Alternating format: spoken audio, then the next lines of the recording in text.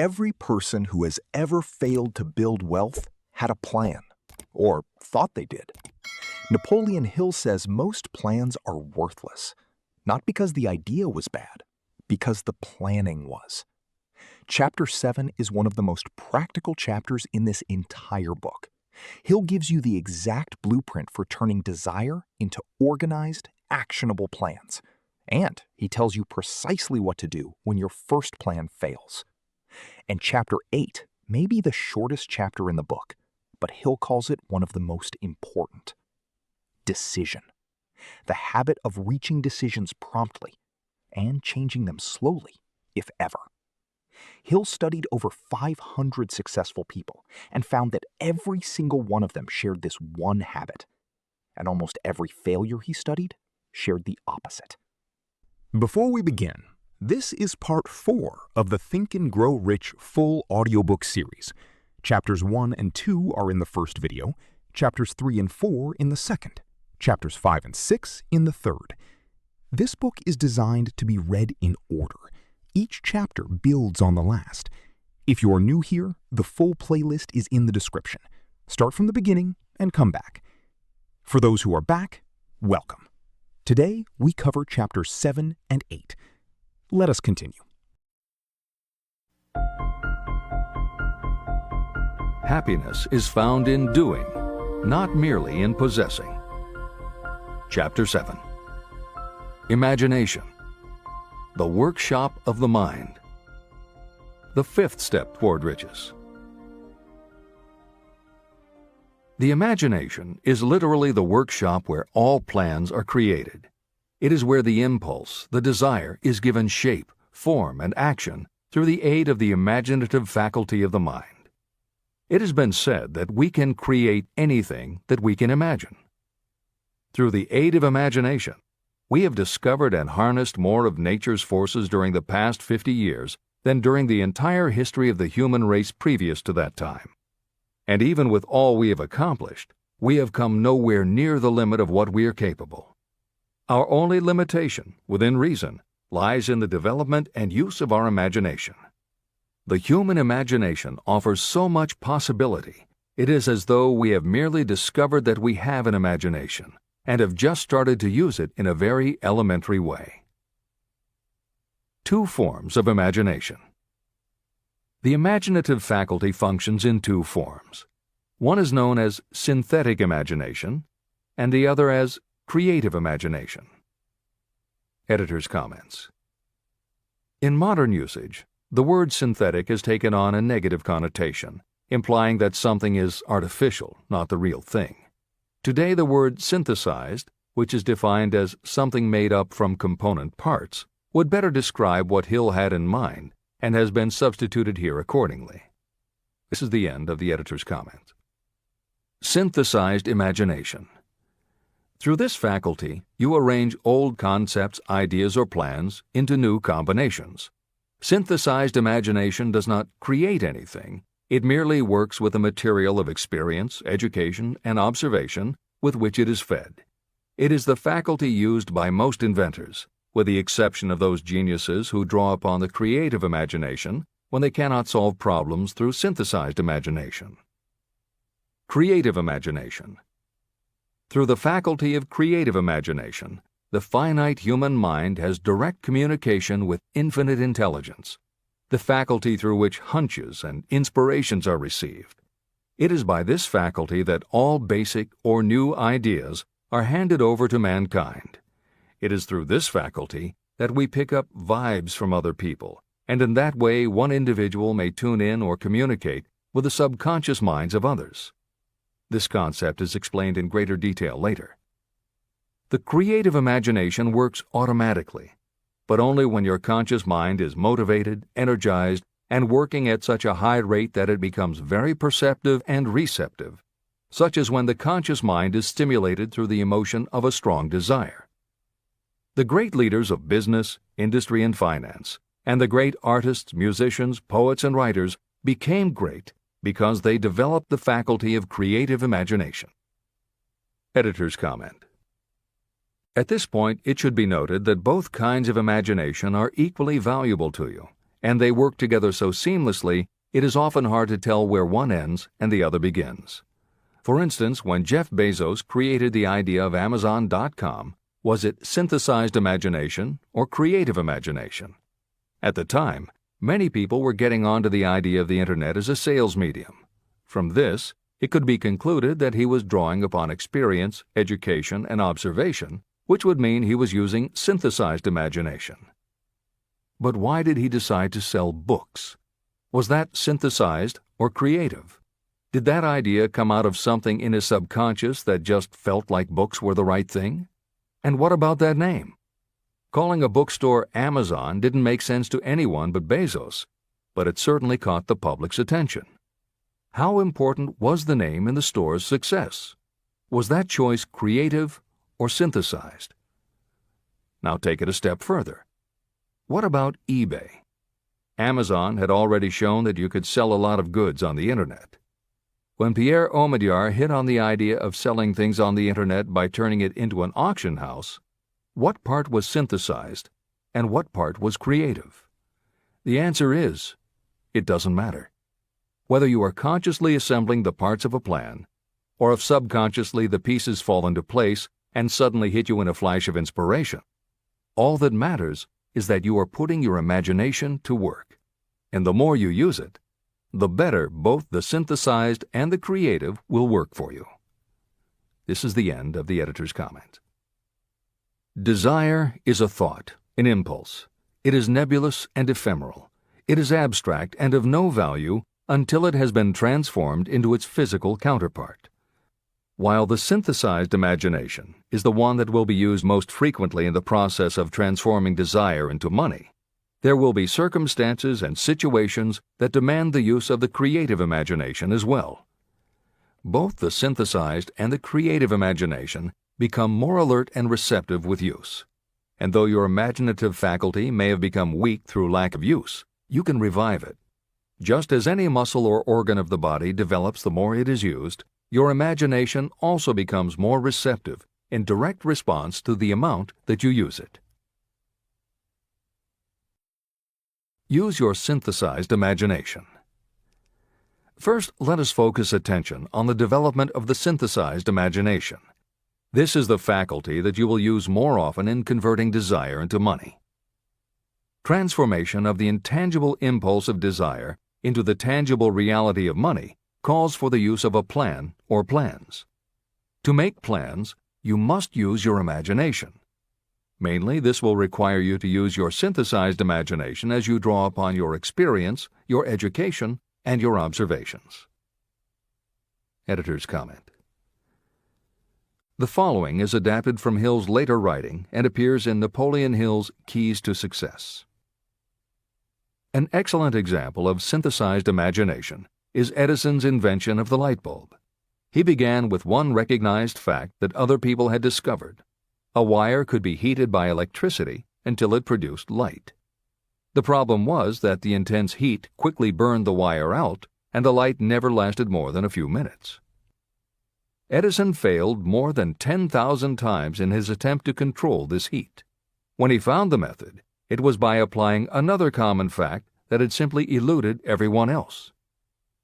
He realized that charcoal is produced by setting wood on fire, covering it with soil, and allowing the fires to smolder.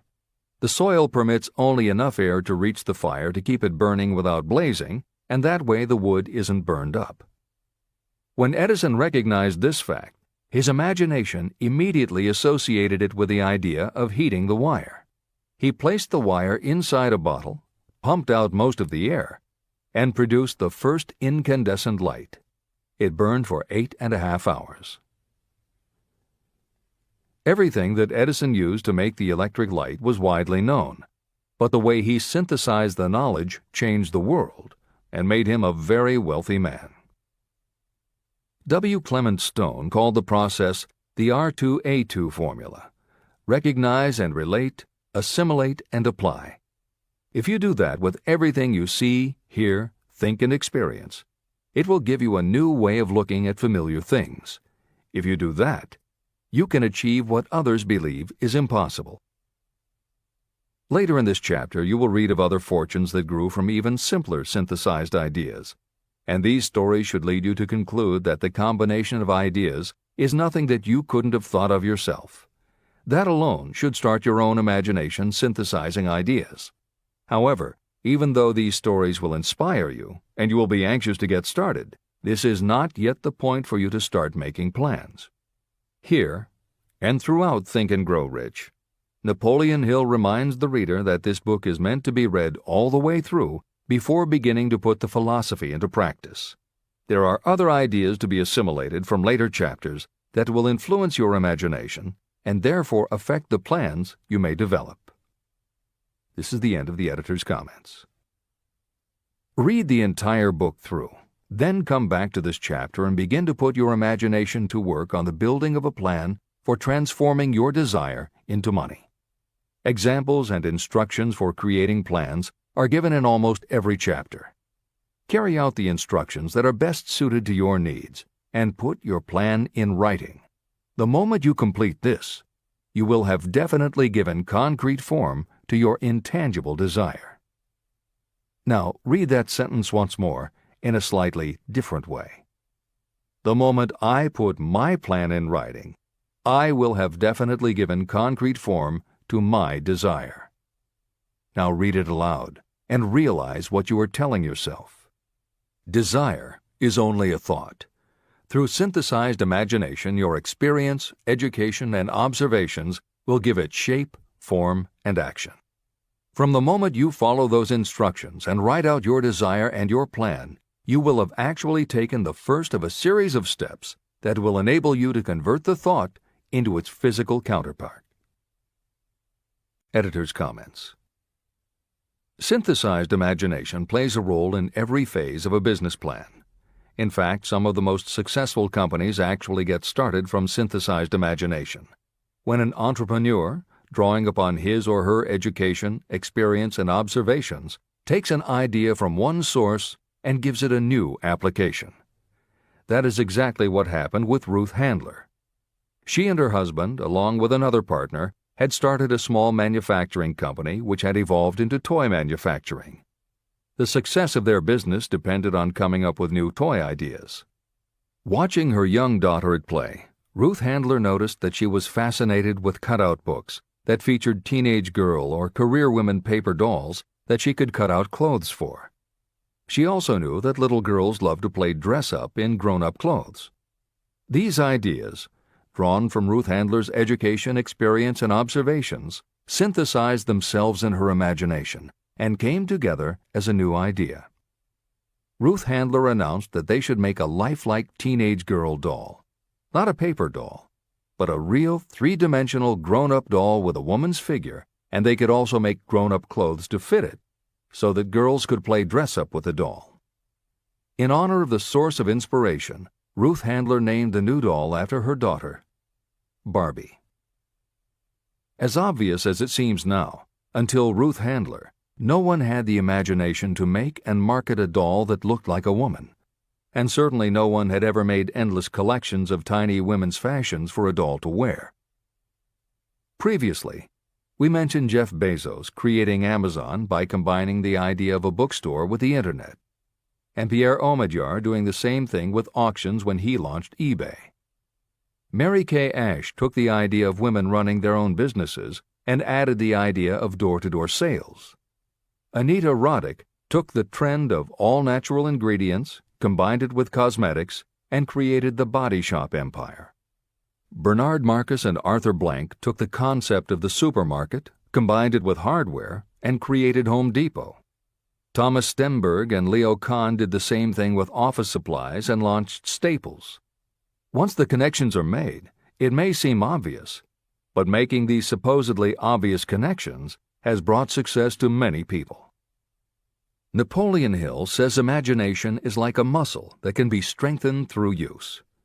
Just as there are specific exercises that will build and improve physical muscles, specific exercises have been developed to improve and build imagination, and it is commonly accepted that creativity developed in one area will affect your creativity in others. Dr. Edward de Bono, one of the most highly regarded experts in the field, has written more than 25 books, including the bestsellers Lateral Thinking and 6 Thinking Hats, that are literally designed to make you think. Dr. Betty Edwards' bestseller, Drawing on the Right Side of the Brain, uses drawing techniques to awaken creativity. Dr. Gabrielle Rico's bestseller, Writing the Natural Way, uses a technique called clustering as a way to break writer's block. And Tony Buzan uses a similar method for opening your mind that he terms mind mapping. In their bestseller, Super Learning, Sheila Ostrander and Lynn Schroeder show ways to use classical music, and Roger Von Eck suggests puzzles and riddles as stimuli in A Whack on the Side of the Head. This is the end of the editor's comments. Tapping into creative imagination. The earth on which you live, you yourself, and every other material thing are the result of evolutionary change, through which bits of matter have been organized and arranged in an orderly fashion. As far as science has been able to determine, the entire universe consists of but 2 things, matter and energy. Moreover, and this statement is of stupendous importance, this earth, every one of the billions of individual cells of your body, and every subatomic particle of matter began as an intangible form of energy. Through the combination of energy and matter has been created everything perceptible, from the largest star in the heavens down to and including man himself. Desire is a thought impulse. Thought impulses are forms of energy. When you begin the process of acquiring money by using the thought impulse of desire, you are drafting into your service the same stuff that nature used in creating this earth, as well as every material form in the universe, including your body and your brain, in which the thought impulses function. Editor's comments. Although recent developments in physics, gauge theory, string theory, membrane theory, and others, have advanced our understanding of matter and energy, Hill's preceding description remains in accord with modern science. The newer theories are variations on and refinements of the basic concept that everything in the universe is either space, time, matter, or energy. And as Einstein stated, energy and matter are in fact different forms of the same thing. As Hill says, everything from the stars to the solar system to the earth, to you, your brain, and that little spark called a thought, are all the same stuff. As when a tablecloth is spread out, there are folds and bumps in the fabric that are all different from each other, but they are all still tablecloth. Like the folds and bumps in the tablecloth, energy and matter are the same thing in different forms. Therefore you, matter, your thoughts, energy, and everybody else, matter, and their thoughts, energy, and all other things, matter, are not just interconnected, but are in essence all the same thing. Hill calls this interrelation of everything to everything else infinite intelligence. In the chapter on faith, he made his first mention of infinite intelligence being the source of hunches, intuition, and flashes of inspiration. In the chapter on autosuggestion, he proposed that the subconscious mind is the connection with infinite intelligence. In this chapter, Hill elaborates that creative imagination is the receiver through which these flashes of insight come to us from infinite intelligence. Under some circumstances, when your mind is operating at a high rate, your creative intelligence receives not just an idea, but also a flash of intuition. You get a hunch or a premonition about something or somebody. That flash could not come from your conscious or your subconscious because neither ever had the information. Because everything is a part of everything else, your creative imagination, energy, pulled the thought, energy, directly from the common pool of infinite intelligence, energy, that contains not just your subconscious, energy, but all other subconscious minds, energy, as well. Infinite intelligence is a complex concept, and for those readers who find themselves questioning the process, be assured that Hill expands on the theory in later chapters.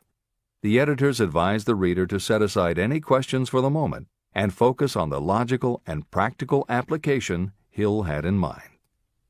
This is the end of the editor's comments.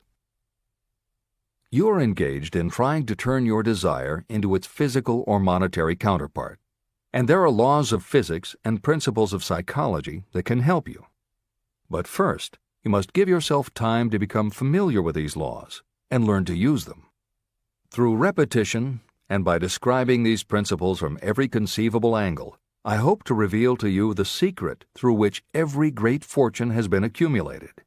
Strange and paradoxical as it may seem, the secret is not a secret. It is made obvious in the earth, the stars, the planets, in the elements above and around us, in every blade of grass, and every form of life within our vision. Do not be discouraged if you do not fully understand or accept this theory. I do not expect that you will accept all that is in this chapter on your first reading. Assimilate as much as you can now as you read this for the first time. Later, when you reread and study it, you will discover that something has happened to clarify it and give you a broader understanding of the whole. Above all, do not stop nor hesitate in your study of these principles until you have read the book at least 3 times. Then you will not want to stop. How to make practical use of imagination. Ideas are the beginning points of all fortunes. Ideas are products of the imagination. Following are 2 true stories about ideas that have yielded huge fortunes. I hope that these stories will convey how important a role imagination can play in turning an idea into success, and that they will illustrate the method by which imagination may be used in accumulating riches. The Enchanted Kettle. In the late 1880s, an old country doctor drove to town, hitched his horse, quietly slipped into a drugstore by the back door, and began dickering with a young drug clerk. For more than an hour behind the prescription counter, the old doctor and the clerk talked in low tones. Then the doctor left. He went out to the buggy and brought back a large old-fashioned kettle, a big wooden paddle, used for stirring the contents of the kettle, and deposited them in the back of the store. The clerk inspected the kettle, reached into his inside pocket, took out a roll of bills, and handed it over to the doctor. The roll contained exactly $500, the clerk's entire savings. The doctor handed over a small slip of paper on which was written a secret formula. The words on that small slip of paper were worth a king's ransom, but not to the doctor. Those magic words were needed to start the kettle to boiling, but neither the doctor nor the young clerk knew what fabulous fortunes were destined to flow from that kettle. The old doctor was glad to sell the outfit for $500. The clerk was taking a big chance by staking his entire life savings on a mere scrap of paper and an old kettle. He never dreamed his investment would start a kettle to overflowing with gold that would one day surpass the miraculous performance of Aladdin's lamp. What the clerk really purchased was an idea. The old kettle and the wooden paddle and the secret message on a slip of paper were incidental. The miracle of that kettle only began to take place after the new owner mixed with the secret instructions an ingredient of which the doctor knew nothing. See if you can discover what it was that the young man added to the secret message, which caused the kettle to overflow with gold. Here you have a story of facts stranger than fiction, facts that began in the form of an idea. Just look at the vast fortunes of gold this idea has produced. It has paid, and still pays, huge fortunes to men and women all over the world who distribute the contents of the kettle to millions of people. The old kettle is now one of the world's largest consumers of sugar, thus providing jobs to thousands of men and women engaged in growing sugarcane and in refining and marketing sugar. The old kettle consumes annually millions of bottles and cans, providing jobs to huge numbers of workers. The old kettle gives employment to an army of clerks, stenographers, copywriters, and advertising experts throughout the nation. It has brought fame and fortune to scores of artists who have created magnificent pictures describing the product. The old kettle has converted Atlanta, which was a small southern city, into the business capital of the South, where it now benefits, directly or indirectly, every business and practically every resident of the city.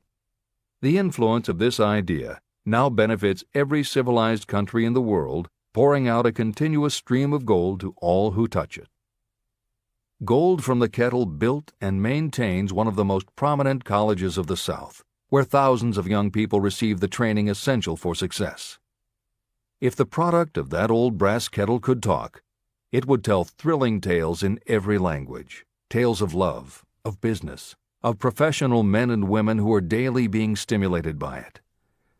I am sure of at least one such tale of romance, for I was a part of it, and it all began not far from the very spot on which the drug clerk purchased the old kettle. It was there that I met my wife, and it was she who first told me of the enchanted kettle. It was the product of that kettle we were drinking when I asked her to accept me for better or worse. Whoever you are, wherever you may live, whatever your occupation, just remember every time you see the words Coca-Cola that its vast empire of wealth and influence grew out of a single idea. And that idea, the mysterious ingredient the drug clerk, Asa Candler, mixed with a secret formula, was imagination.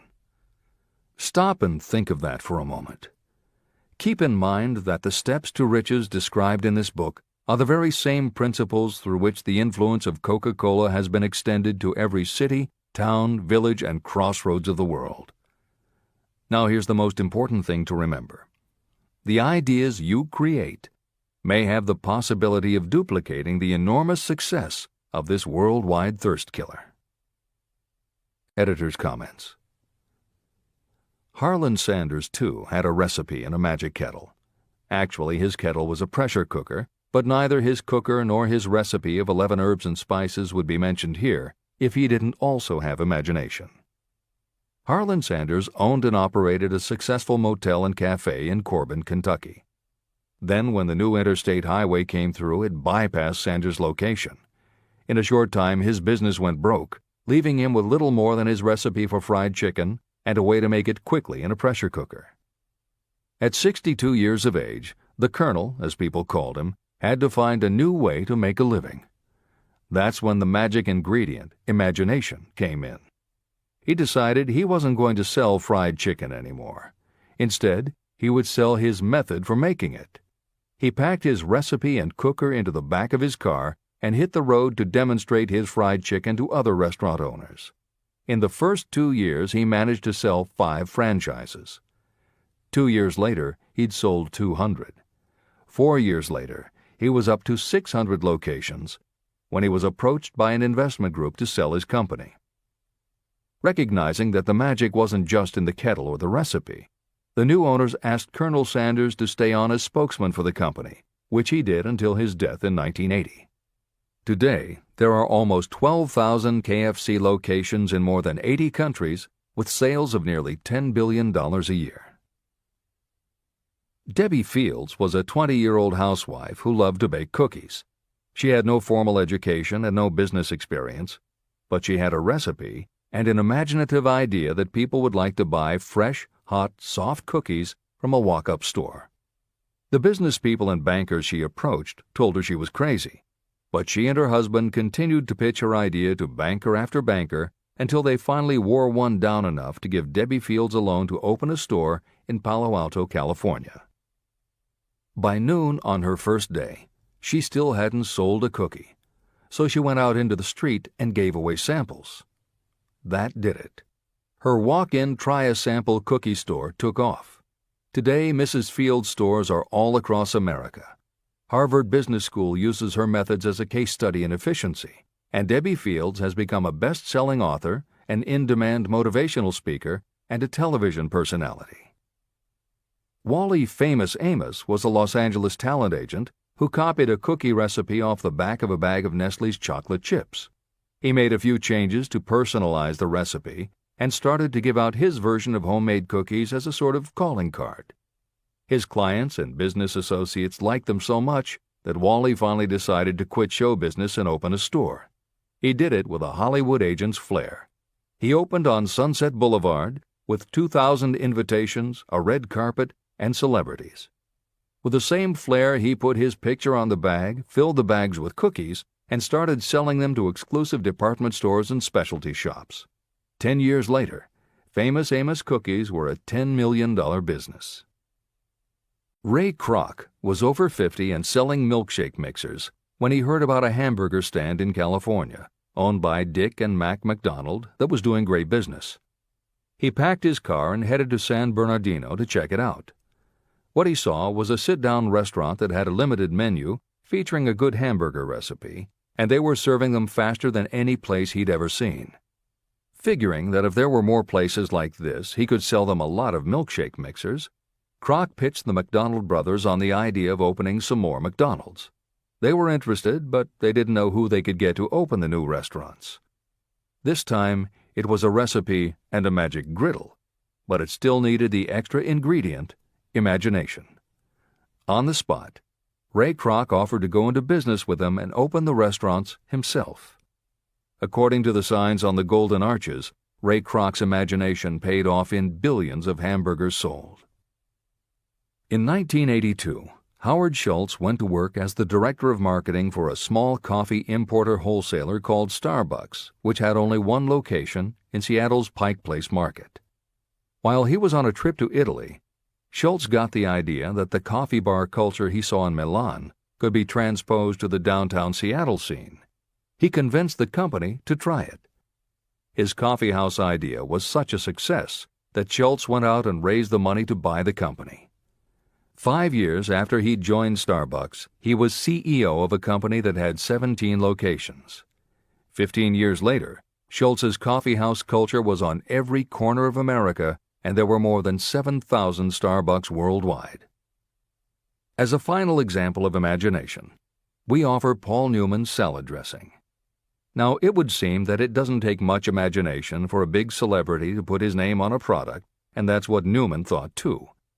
But when he and his partner, A.E. Hotchner, pitched their salad dressing idea to companies that specialize in marketing foods, nobody was interested unless they would personally put up about $1 million for the first year's operations. According to Newman and Hotchner's book, Shameless Exploitation, they found out that almost all celebrity products in the food business have been disastrous failures, and now nobody would touch them. So when it came to marketing salad dressing, even Paul Newman's big name wasn't the magic they needed. And unless they were willing to put up a ridiculous amount, money wasn't the magic either. The magic would have to be in the imaginative way that they would convince the right people to help them, and in having the perseverance to stick with it until they succeeded. And just like most everyone with an idea, they were told they were crazy to try it. They were turned down by bottling companies that wouldn't do small runs, and they were rejected by distributors who wouldn't take a chance on another celebrity product. In the end, it was one supermarket owner, Stu Leonard, who helped hook them up with the right suppliers. But even that wouldn't have been enough if Stu Leonard hadn't had enough imagination to see the possibilities and agree to put Newman's own salad dressing on the shelves in his store.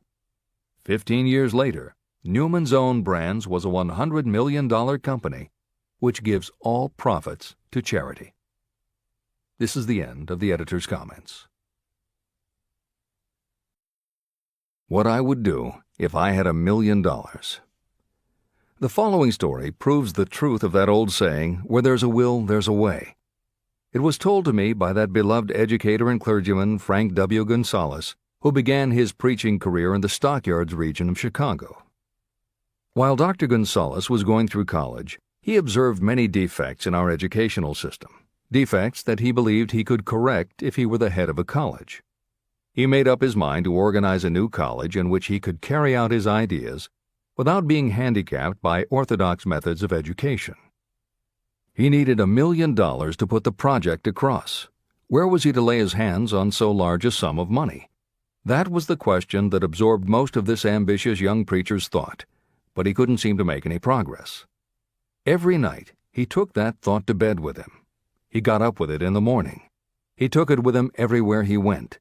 He turned it over and over in his mind until it became a consuming obsession with him. Being a philosopher as well as a preacher, Dr. Gonzalez recognized, as do all who succeed in life, that definiteness of purpose is the starting point from which one must begin. He recognized, too, that definiteness of purpose takes on life and power when backed by a burning desire to translate that purpose into its material equivalent. He knew all these great truths, yet he did not know where or how to lay his hands on $1 million. The normal thing would have been to give up and quit, saying, well, my idea is a good one, but I can't do anything with it because I can't raise the $1 million. That is exactly what the majority of people would have said, but it is not what Dr. Gonzalez said. What he said, and what he did, are so important that I will now introduce him and let him speak for himself. One Saturday afternoon, I sat in my room thinking of ways and means of raising the money to carry out my plans. For nearly 2 years I had been thinking, but I had done nothing but think. The time had come for action. I made up my mind, then and there, that I would get the necessary $1 million within a week. How? I was not concerned about that. The main thing of importance was the decision to get the money within a specified time. I want to tell you that the moment I reached a definite decision to get the money within a specified time, a strange feeling of assurance came over me, such as I had never before experienced. Something inside me seemed to say, "Why didn't you reach that decision a long time ago? The money was waiting for you all the time." I called the newspapers and announced I would preach a sermon the following morning entitled, "What I Would Do If I Had $1 Million." I went to work on the sermon immediately, but I must tell you frankly that the task was not difficult because I had been preparing that sermon for almost 2 years. Long before midnight, I had finished writing the sermon. I went to bed and slept with a feeling of confidence, for I could see myself already in possession of the $1 million. Next morning I arose early, went into the bathroom, read the sermon, then knelt on my knees and asked that my sermon might come to the attention of someone who would supply the needed money. While I was praying, I again had that feeling of assurance that the money would be forthcoming. In my excitement, I walked out without my sermon and did not discover the oversight until I was in my pulpit and about ready to begin delivering it. It was too late to go back for my notes, and what a blessing that I couldn't go back. Instead, my own subconscious mind yielded the material I needed. When I arose to begin my sermon, I closed my eyes and spoke with all my heart and soul of my dreams. I not only talked to my audience, but I fancy I talked also to God. I told what I would do with $1 million if that amount were placed in my hands. I described the plan I had in mind for organizing a great educational institution, where young people would learn to do practical things and at the same time develop their minds. When I had finished and sat down, a man slowly arose from his seat, about 3 rows from the rear, and made his way toward the pulpit. I wondered what he was going to do. He came into the pulpit, extended his hand, and said, "Reverend, I liked your sermon. I believe you can do everything you said you would if you had $1 million. To prove that I believe in you and your sermon, if you will come to my office tomorrow morning, I will give you the $1 million. My name is Philip D. Armour." Young Gonzalez went to Mr. Armour's office, and the $1 million was presented to him. With that money, he founded the Armour Institute of Technology, now known as Illinois Institute of Technology.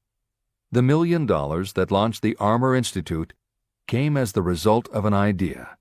Behind the idea was a desire that young Gonzalez had been nursing in his mind for almost 2 years. Observe this important fact. He got the money within 36 hours after he reached a definite decision in his own mind to get it and decided upon a definite plan for getting it. There was nothing new or unique about young Gonzalez vaguely thinking about $1 million and weakly hoping for it.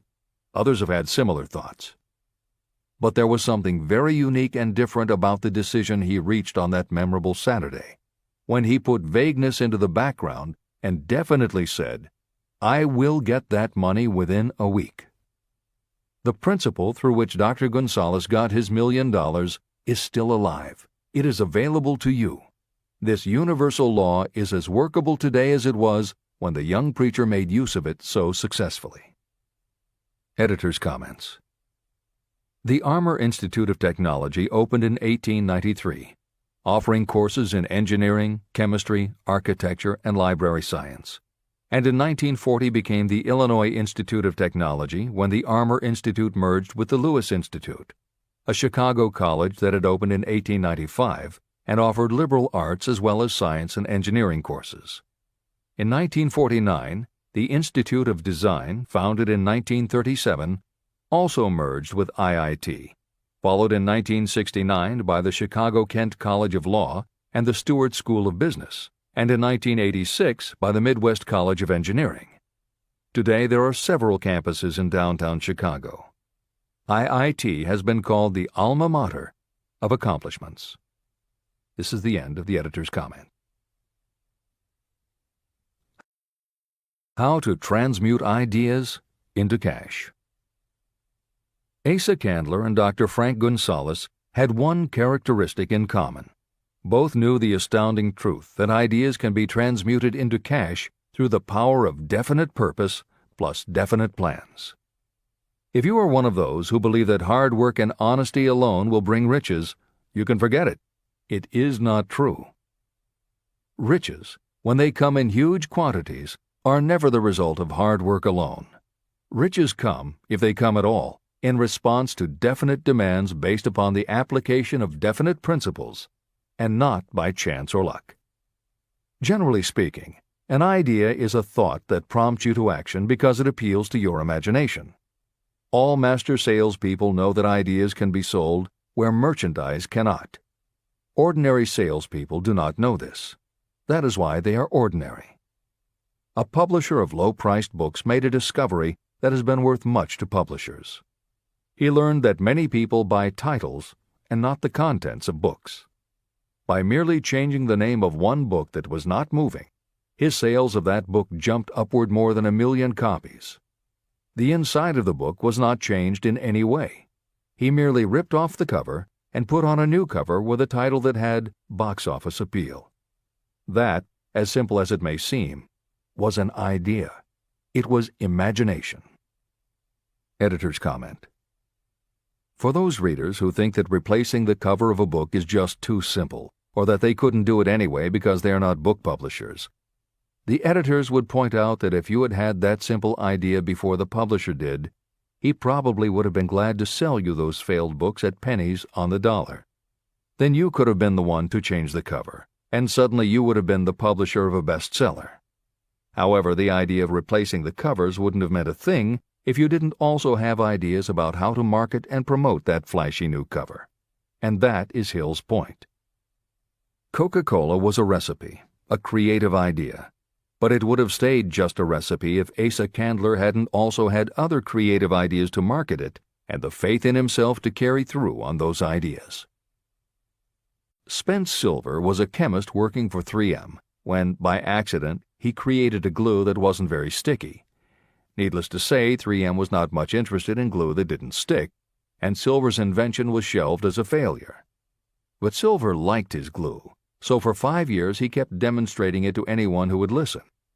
Nobody did, until Arthur Fry, who worked in the tape division at 3M, found that when he was at choir practice, he kept losing his place in the hymnal because the pieces of paper he used to mark his place slipped down or fell out of the book. A little of Silver's not very sticky glue on the slips of paper, and they stayed where he wanted them, then peeled off easily when he was done. That was the eureka moment. They had just invented the world's best bookmark, Post-its. But that's not the end of the story, or the end of the imaginative ideas that were needed to make Post-its happen. Fry would also need perseverance. First, he had to convince the engineers to solve production problems, and to do it, he knocked a hole in his basement wall so he could install a prototype of the production equipment. He stuck with it, and finally, 2 years later, 3M gave the project to their marketing department. The marketing experts put together ads and brochures selling this sticky notepad idea and rolled it out in a 4-city test. The results were a disaster. Nobody got it, so nobody bought it. Who would pay money for scratch paper? The Post-it project was about to be scrapped when Jeffrey Nicholson and Joseph Ramey added their imaginations. Like Silver and Fry, Nicholson and Ramey had faith in the idea because they saw how people in their office fell in love with these little sticky pieces of paper once they started working with them. So Nicholson and Ramey went to Richmond, Virginia, one of the 4 test cities that had failed, and they went up and down the business district going into offices and giving pads of Post-its to receptionists, secretaries, and anyone else who would listen. Whereas 3M's conventional marketing machinery had failed, giving Post-its to the people who would actually use them did the trick. Once those Richmond office workers started to use Post-its, it didn't seem like a bad idea at all to pay for scratch paper. They got it, and they bought it.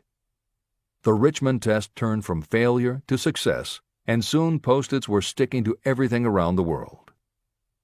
Here's another simple idea that imagination turned into success. The story began with a man whose problem was just the opposite of spent silvers. This man had something that stuck too well. George de Mestral was a Swiss mountaineer who went hunting one day with his dog. But when they got home, they were both covered with burrs. The burrs were so difficult to remove that de Mestral put them under a magnifying glass to learn why. He saw that they were covered with tiny hooks which attached themselves to fur and fabric. That was when the flash hit. If burrs stuck where you didn't want them, why couldn't you put tiny hooks on things so they would stick where you did want them? Like everyone else mentioned in this book, de Mestral had an imaginative idea, but that was just the beginning. He also had the faith in himself to keep going when people laughed at his idea, which many did, until he eventually found a French textile plant that would help him do what he wanted. However, even when they finally worked out a way to use cotton fabric to make what they called locking tape, they couldn't afford to mass produce it. And that's when de Mestral accidentally discovered that when you sew nylon under infrared light, it naturally made little hooks. Now they could manufacture it economically. All they needed was a name. One side was fuzzy like velvet, and the other side was crochet, the French word for hook. Take half vel and half crow, combine it with imagination. The result is Velcro, and a Swiss mountaineer becomes a business tycoon. The Sony Corporation once tried to make a very small stereo tape recorder that would work with standard-size cassettes, but they couldn't do it. They could make a small playback machine, but at the time the electronics needed to also make it a recording machine just couldn't be made small enough. They concluded that the design was a failure. Then one day Sony's honorary chairman, Masaru Ibuka, walked into the laboratory and saw that a few of the engineers were using the prototypes of the failed tape recorder to listen to music tapes. They didn't seem to care that it couldn't record. They just liked to be able to walk around listening to their favorite music. Then came the imaginative idea that made all the difference. Ibuka remembered that another division was working on lightweight headphones. That was the flash. Ibuka's imagination made the connection that the rest of the engineers had not. In Ibuka's view, they hadn't made a failed recorder. They had created a successful private stereo listener. They added the headphones, named it the Walkman, and it revolutionized both the music business and the electronics industry. Clarence Saunders was a grocery clerk in a small southern retail store. One day he was standing with a tray in his hands waiting his turn in a cafeteria. He had never earned more than $20 a week before then, and no one had ever noticed anything about him that indicated unusual ability, but something took place in his mind as he stood in the line of waiting people that put his imagination to work. That was when he came up with the idea that this same self-serve concept would also work at the grocery store. Clarence Saunders took the idea to his boss. Naturally, his boss told him he was crazy. So Clarence Saunders quit his job, went out and did what he needed to do to raise the money, and opened the first self-serve grocery store. He called it Piggly Wiggly, and Clarence Saunders, the $20-a-week grocery clerk, rapidly became the multi-million-dollar chain store grocery man of America. Sylvan Goldman was the owner of a number of Piggly Wiggly stores in Oklahoma, and like any good businessman, he spent a lot of time watching his customers go up and down the aisles, putting their choices into their baskets or net shopping bags. One night, while trying to figure out how to get his customers to buy more at one time, he found himself staring at a basket sitting on the seat of a wooden folding chair. Eureka! He called in his mechanic, Fred Young. They put some wheels on the bottom of the legs, added another basket below the seat, and the shopping cart was born. As this edition is being readied for publication, there are about 35 million shopping carts in America, and approximately 1.25 million new carts are sold each year. Thomas Stemberg, whom we also mentioned earlier, was another supermarket executive who watched his customers as they shopped. By this time, shopping carts were well established in supermarkets, and it was because his customers were pushing shopping carts up and down the aisles that he got his flash of inspiration. He was so sure of his idea that he convinced another supermarket executive, Leo Kahn, to join him. Together, they took the supermarket concept and applied it to selling office supplies. And in 1986, they opened their first store in Brighton, Massachusetts. They called it Staples. In 1989, they took the company public, and 10 years later there were more than 1,000 Staples stores with revenues exceeding $7 billion. We'll end this commentary with another set of connected stories, which make the point that sometimes the most imaginative part of marketing is in the timing. If you were to go shopping in the late 1800s, it usually meant bartering with a merchant who would then have to get the goods from storage shelves kept behind the counter. In the 1870s, fixed pricing was just starting to be used by storekeepers. Merchants were trying the idea by setting out a table of merchandise that was all priced the same, usually 5 cents. Frank Winfield Woolworth was a clerk in a general store, and he convinced the store owner to let him try the 5-cent table idea. Although it worked, the owner wasn't impressed. So Woolworth borrowed $350 from his boss, and in 1879 opened his first 5-cent store in Utica, New York. It was an entire store full of goods where everything cost a nickel. A year later, he had 4 stores, and the 4th one, in Lancaster, Pennsylvania, was the first that he named F.W. Woolworth's 5 and 10 cent store. 20 years later, he had 238 stores. By the time of his death in 1919, there were over 1,000 F.W. Woolworth locations. He had established the first nationwide chain of general merchandise stores, and he had built the tallest building in New York City as his headquarters.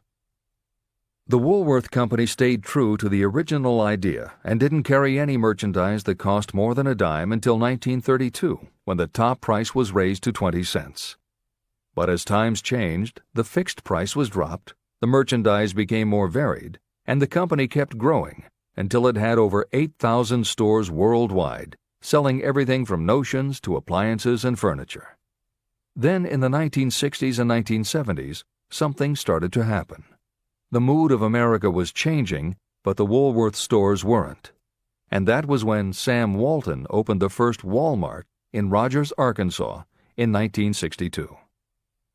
Walton got into the retail business after the Second World War, when his father-in-law loaned him the money to buy a franchise Butler Brothers store in Bentonville, Arkansas. By 1962, Sam and his brother Bud owned 16 variety stores in Arkansas, Missouri, and Kansas.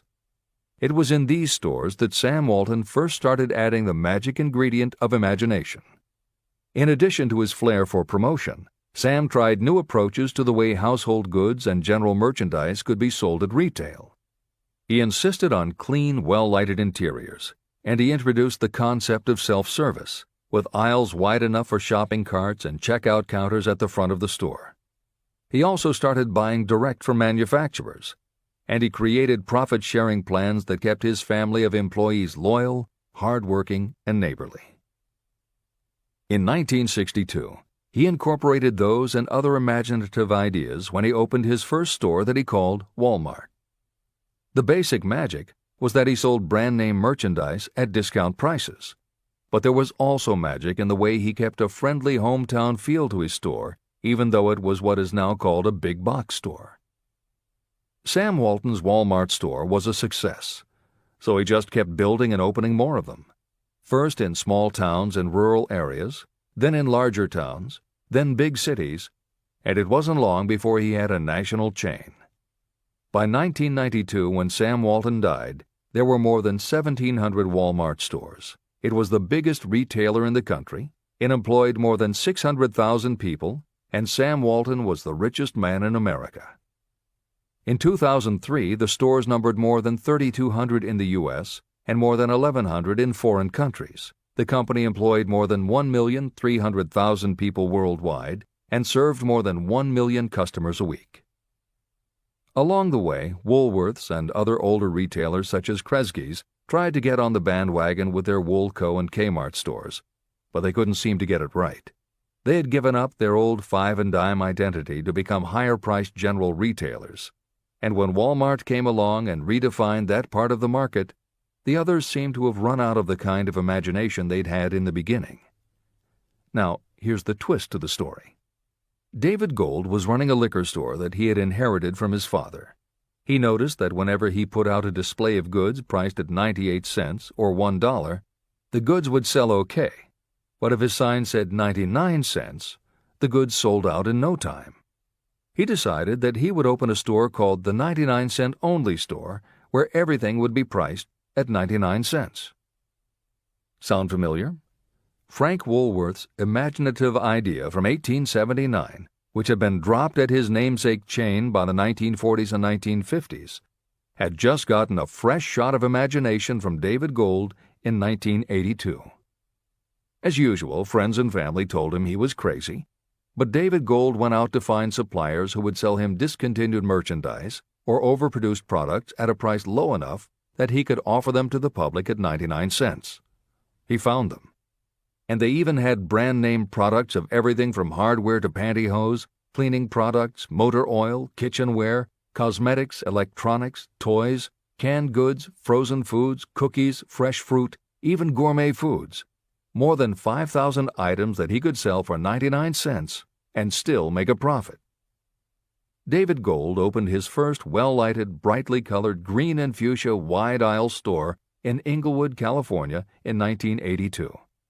By 2003, he had 142 stores in California, Nevada, and Arizona, and he was listed on the Forbes 400 as having earned a personal fortune estimated at more than $650 million.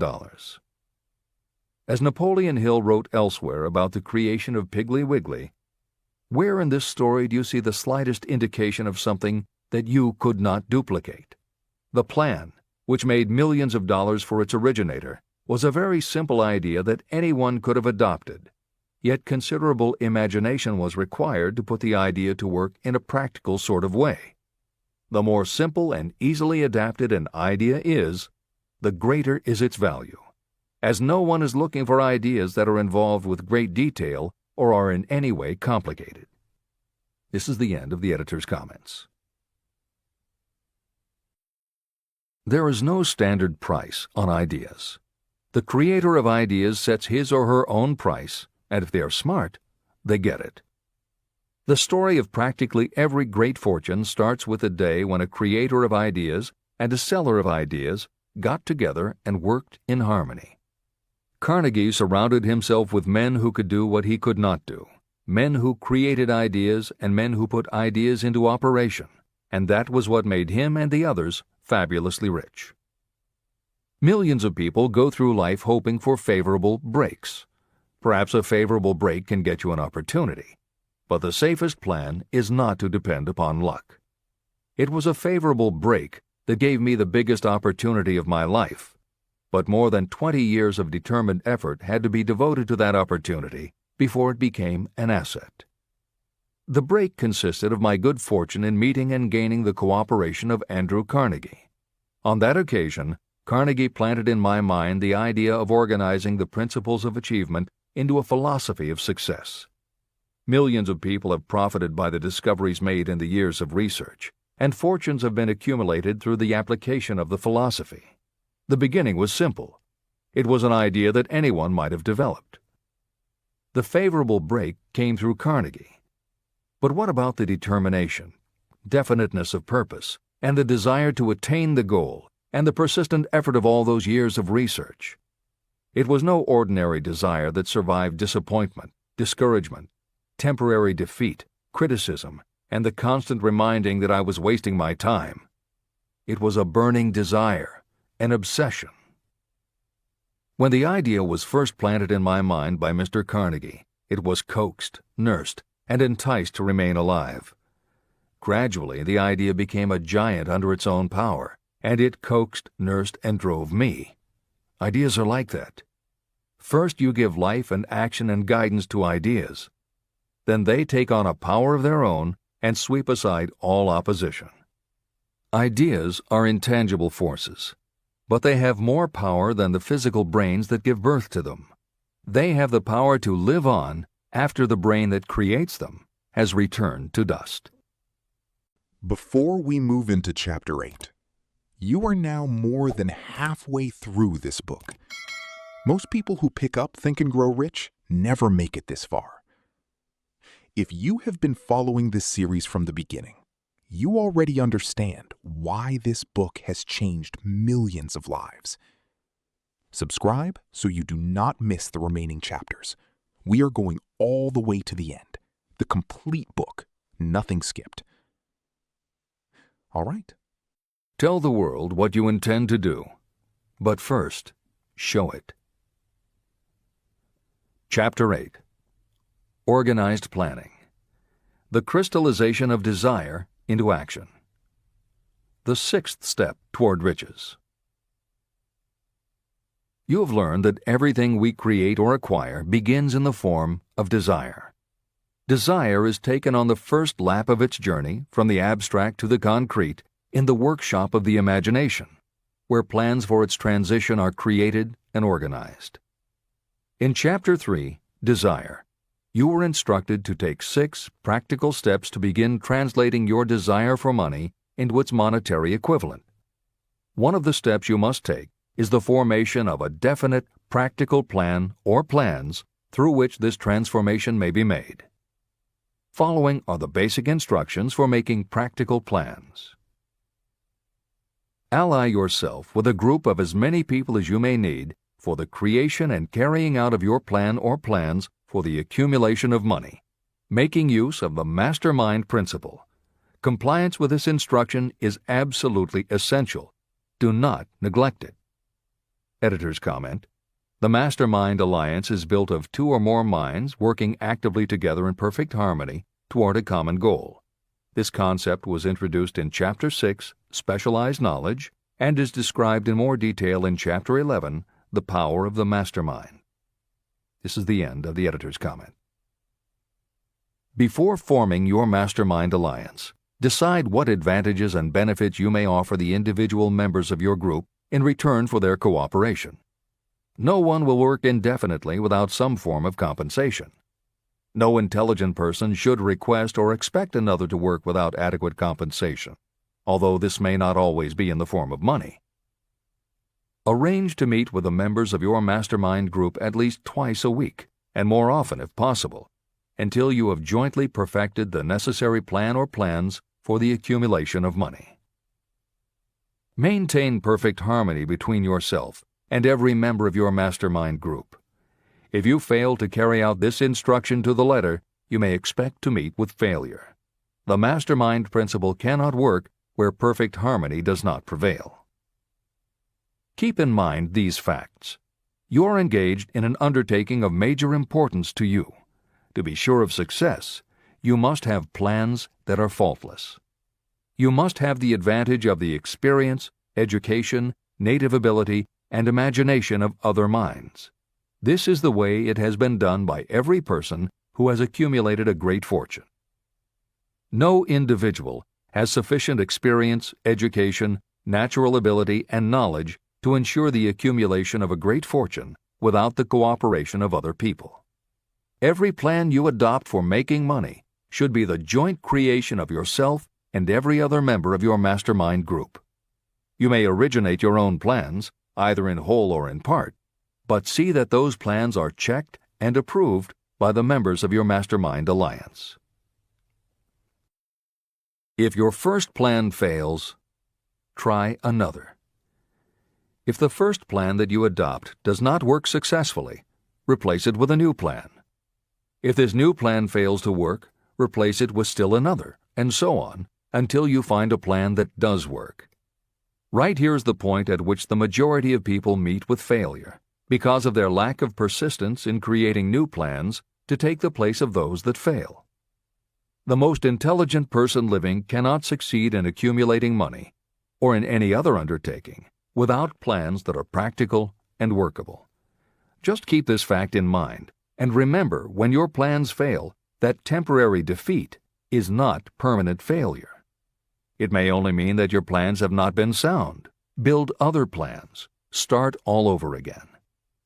Temporary defeat should mean only one thing: the certain knowledge that there is something wrong with your plan. Millions of people go through life in misery and poverty because they lack a sound plan through which to accumulate a fortune. Your achievement can only be as good as the plans you make. You are never whipped until you quit in your own mind. James J. Hill, who was the greatest railroad builder of them all, met with temporary defeat when he first tried to raise the capital needed to build the Great Northern Railroad from the east to the west. But he turned defeat into victory through new plans. Henry Ford met with temporary defeat not only at the beginning of his automobile career, but even after he had gone a long way toward the top. But he, too, created new plans and went marching on to financial victory. We see people who have accumulated great fortunes, but we often recognize only their triumph, and we overlook the temporary defeats that they had to surmount before arriving.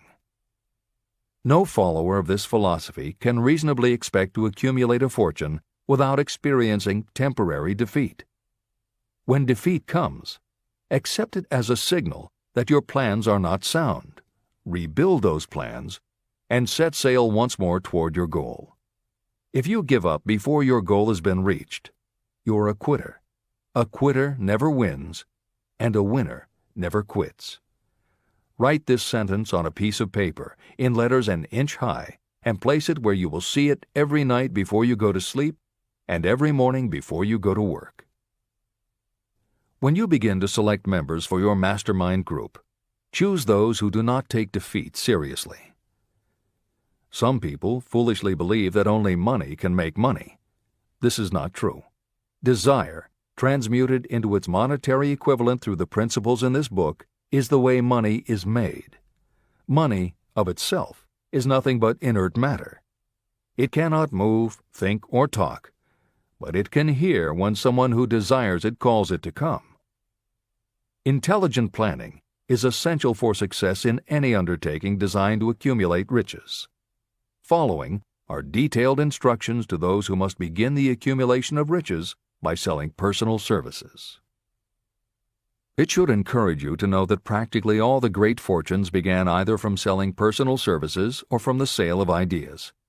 When you think about it, what else except ideas and personal services can you give in return for riches if you don't have products or property? Leaders and followers. Broadly speaking, there are two types of people in the world. One type is known as leaders and the other as followers. Decide at the outset whether you intend to become a leader in your chosen calling or remain a follower. The difference in compensation is vast. The follower cannot expect to make as much as a leader, although some followers make the mistake of thinking they should. It is no disgrace to be a follower. On the other hand, it is no credit to remain a follower. Most great leaders began as followers. They became great leaders because they were intelligent followers. With few exceptions, the person who cannot follow a leader intelligently cannot become an efficient leader. The person who can follow a leader most efficiently is usually the person who develops into leadership most rapidly. An intelligent follower has many advantages, including the opportunity to acquire knowledge from the leader. The major attributes of leadership. The following are important factors of leadership. 1. Unwavering courage based upon knowledge of yourself and your occupation. No follower wishes to be dominated by a leader who lacks self-confidence and courage. Certainly no intelligent follower will be dominated by such a leader for very long. 2. Self-control. The person who cannot control himself can never control others. Self-control sets a strong example for your followers, which the more intelligent followers will emulate. 3. A keen sense of justice. Without a sense of fairness and justice, no leader can command and retain the respect of their followers. 4. Definiteness of decision. Those who waver in decisions show that they are not sure of themselves and therefore cannot lead others successfully. 5. Definiteness of plans. Successful leaders must plan their work and work their plans. Leaders who move by guesswork, without practical definite plans, are like a ship without a rudder. Sooner or later, they will land on the rocks. 6. The habit of doing more than paid for. One of the penalties of leadership is the necessity of the leaders to willingly do more than they require of their followers. 7. A pleasing personality. Leadership calls for respect. Followers will not respect a leader who does not grade high on all of the factors of a pleasing personality. 8. Sympathy and understanding. Successful leaders must be in sympathy with their followers. Moreover, they must understand them and their problems. 9. Mastery of detail. Successful leadership calls for mastery of the details of the leader's position. 10. Willingness to assume full responsibility. Successful leaders must be willing to assume responsibility for the mistakes and the shortcomings of their followers. If a leader tries to shift this responsibility, that leader will not remain the leader. If one of your followers makes a mistake or is incompetent, you must consider that it is you who failed. 11. Cooperation. The successful leader must understand and apply the principle of cooperative effort and be able to induce followers to do the same. Leadership calls for power, and power calls for cooperation. There are two forms of leadership. The first, and by far the most effective, is leadership by consent of and with the sympathy of the followers. The second is leadership by force, without the consent and sympathy of the followers. History is filled with evidences that leadership by force cannot endure. The downfall and disappearance of dictators and kings is significant. It means that people will not follow forced leadership indefinitely. Napoleon, Mussolini, Hitler were examples of leadership by force. Their leadership passed. Editor's comment. The following may also be added to the list: Idi Amin, Francisco Franco, Saddam Hussein, Ferdinand Marcos, Slobodan Milosevic, Juan Perón, General Augusto Pinochet, Pol Pot, General Suharto, the Taliban leaders in Afghanistan, Marshal Josip Broz Tito, Joseph Stalin, and subsequent leaders of the Soviet Union, East Germany, and the other countries in the Communist bloc. This is the end of the editor's comment. Those that remain see their power eroding and slipping away. Leadership by consent of the followers is the only leadership that can endure. People may follow forced leadership temporarily, but they will not do so willingly. Successful leaders will embrace the 11 factors of leadership described in this chapter, as well as some other factors. Those who make these attributes the basis of their leadership will find abundant opportunity to lead in any walk of life. The 10 major causes of failure in leadership. The following are the major faults of leaders who fail. It is just as essential for you to know what not to do as it is to know what to do. 1. Inability to organize details. Efficient leadership calls for the ability to organize and master details. No genuine leader is ever too busy to do anything that may be required in the capacity as leader. Whether a leader or follower, when you admit that you are too busy to change your plans or to give attention to any emergency, you are admitting your inefficiency. The successful leader must be the master of all details connected with the position. That means, of course, that you must acquire the habit of relegating details to capable lieutenants. 2. Unwillingness to render humble service. Truly great leaders are willing, when occasion demands, to perform any sort of labor that they would ask another to perform.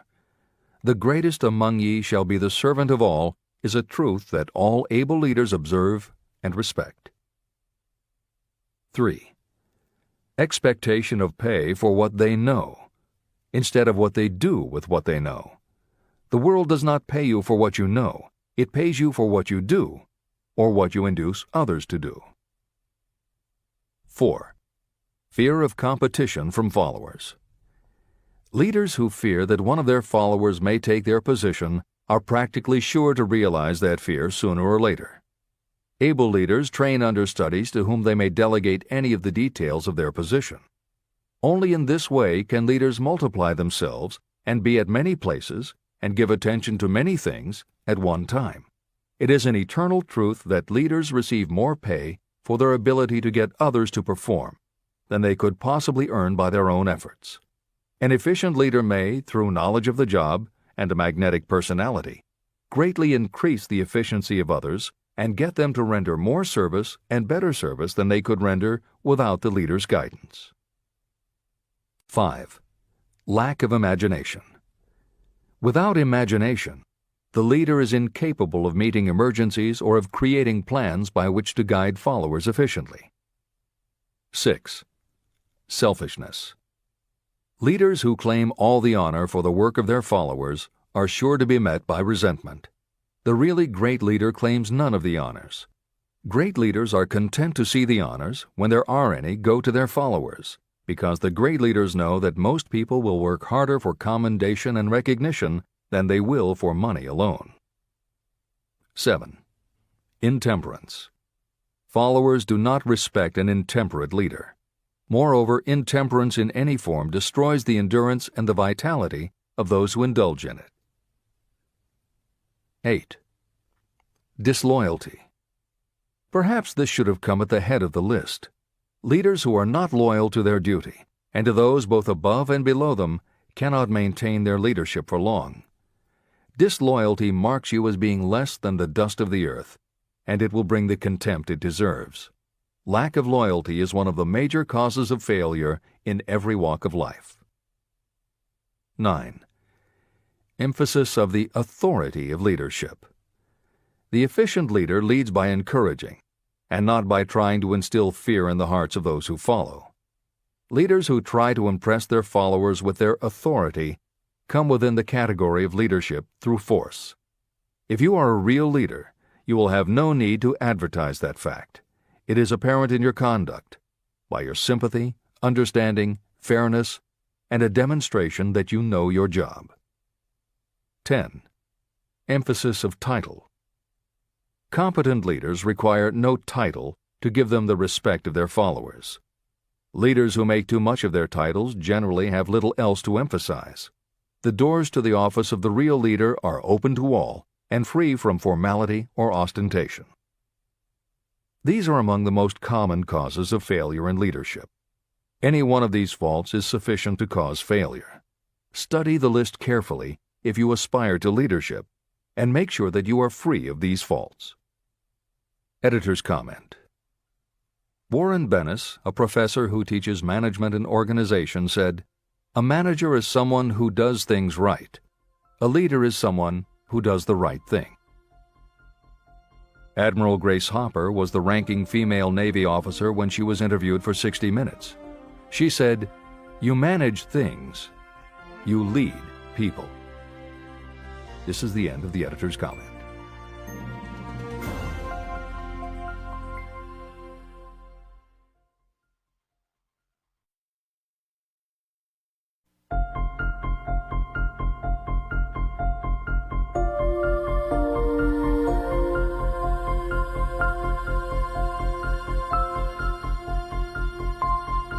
When and how to apply for a position. The information described here is the net result of many years of experience during which thousands of men and women were helped to market their services effectively. Editor's comment. The Internet, email, and faxed resumes have radically changed the way employers search for new employees and the way that most people apply for jobs. However, Think and Grow Rich was never intended for most people. It was written for those who want to stand out. If you are such a person, the editors of this revised and updated edition strongly advise that you give serious thought to each of the following suggestions about how to apply for a position and how to prepare a resume. If you are tempted to think the suggestions are too obvious, simplistic, or out of date, we assure you they are not. In those instances where it is appropriate to update the material, we have added commentary. This is the end of the editor's comment. 1. Employment agencies. Care must be taken to select only reputable companies that can show adequate records of achievement of satisfactory results. Editor's comment.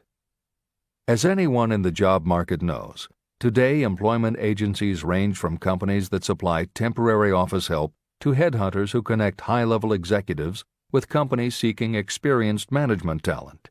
If you are seeking a mid to upper-level position, the old adage that you get what you pay for is particularly true. This is the end of the editor's comment. 2. Advertising in newspapers, trade journals, magazines. Classified advertising may produce satisfactory results for those applying for entry-level, clerical, or salaried positions. For those seeking executive positions, a well-written and well-designed display ad, though more expensive, may be more desirable.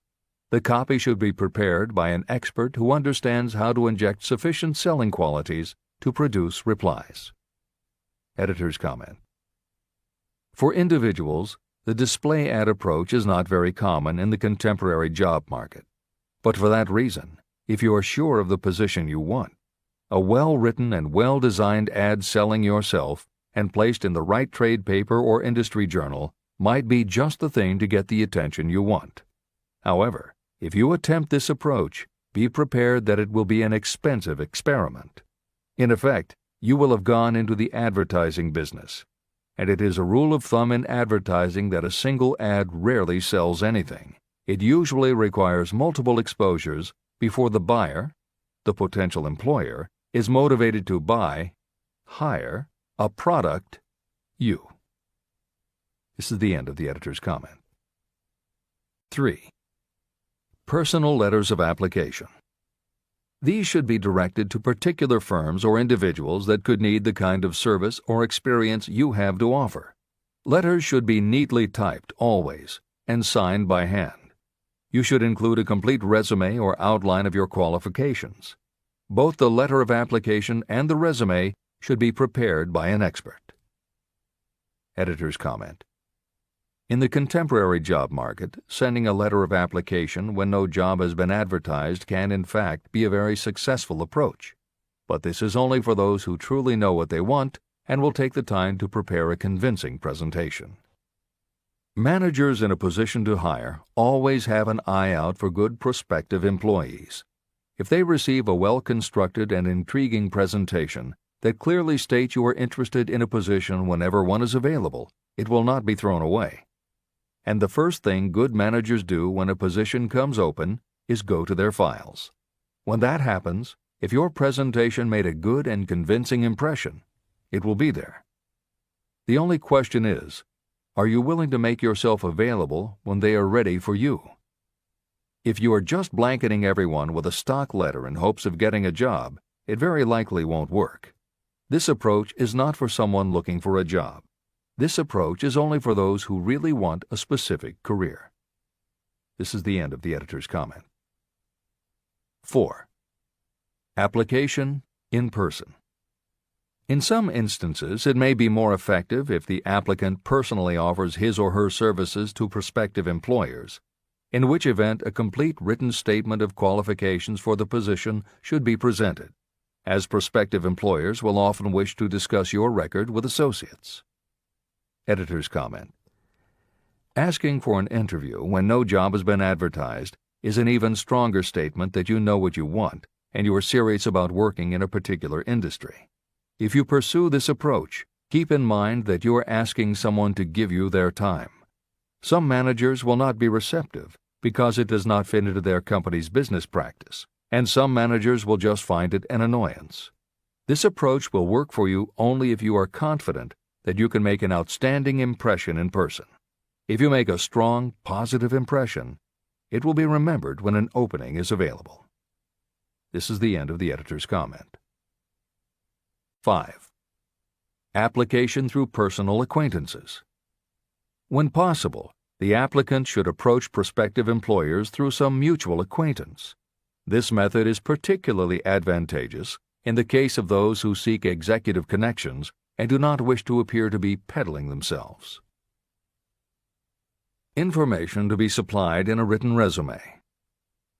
A good resume should be prepared as carefully as a lawyer would prepare the brief for a case to be tried in court.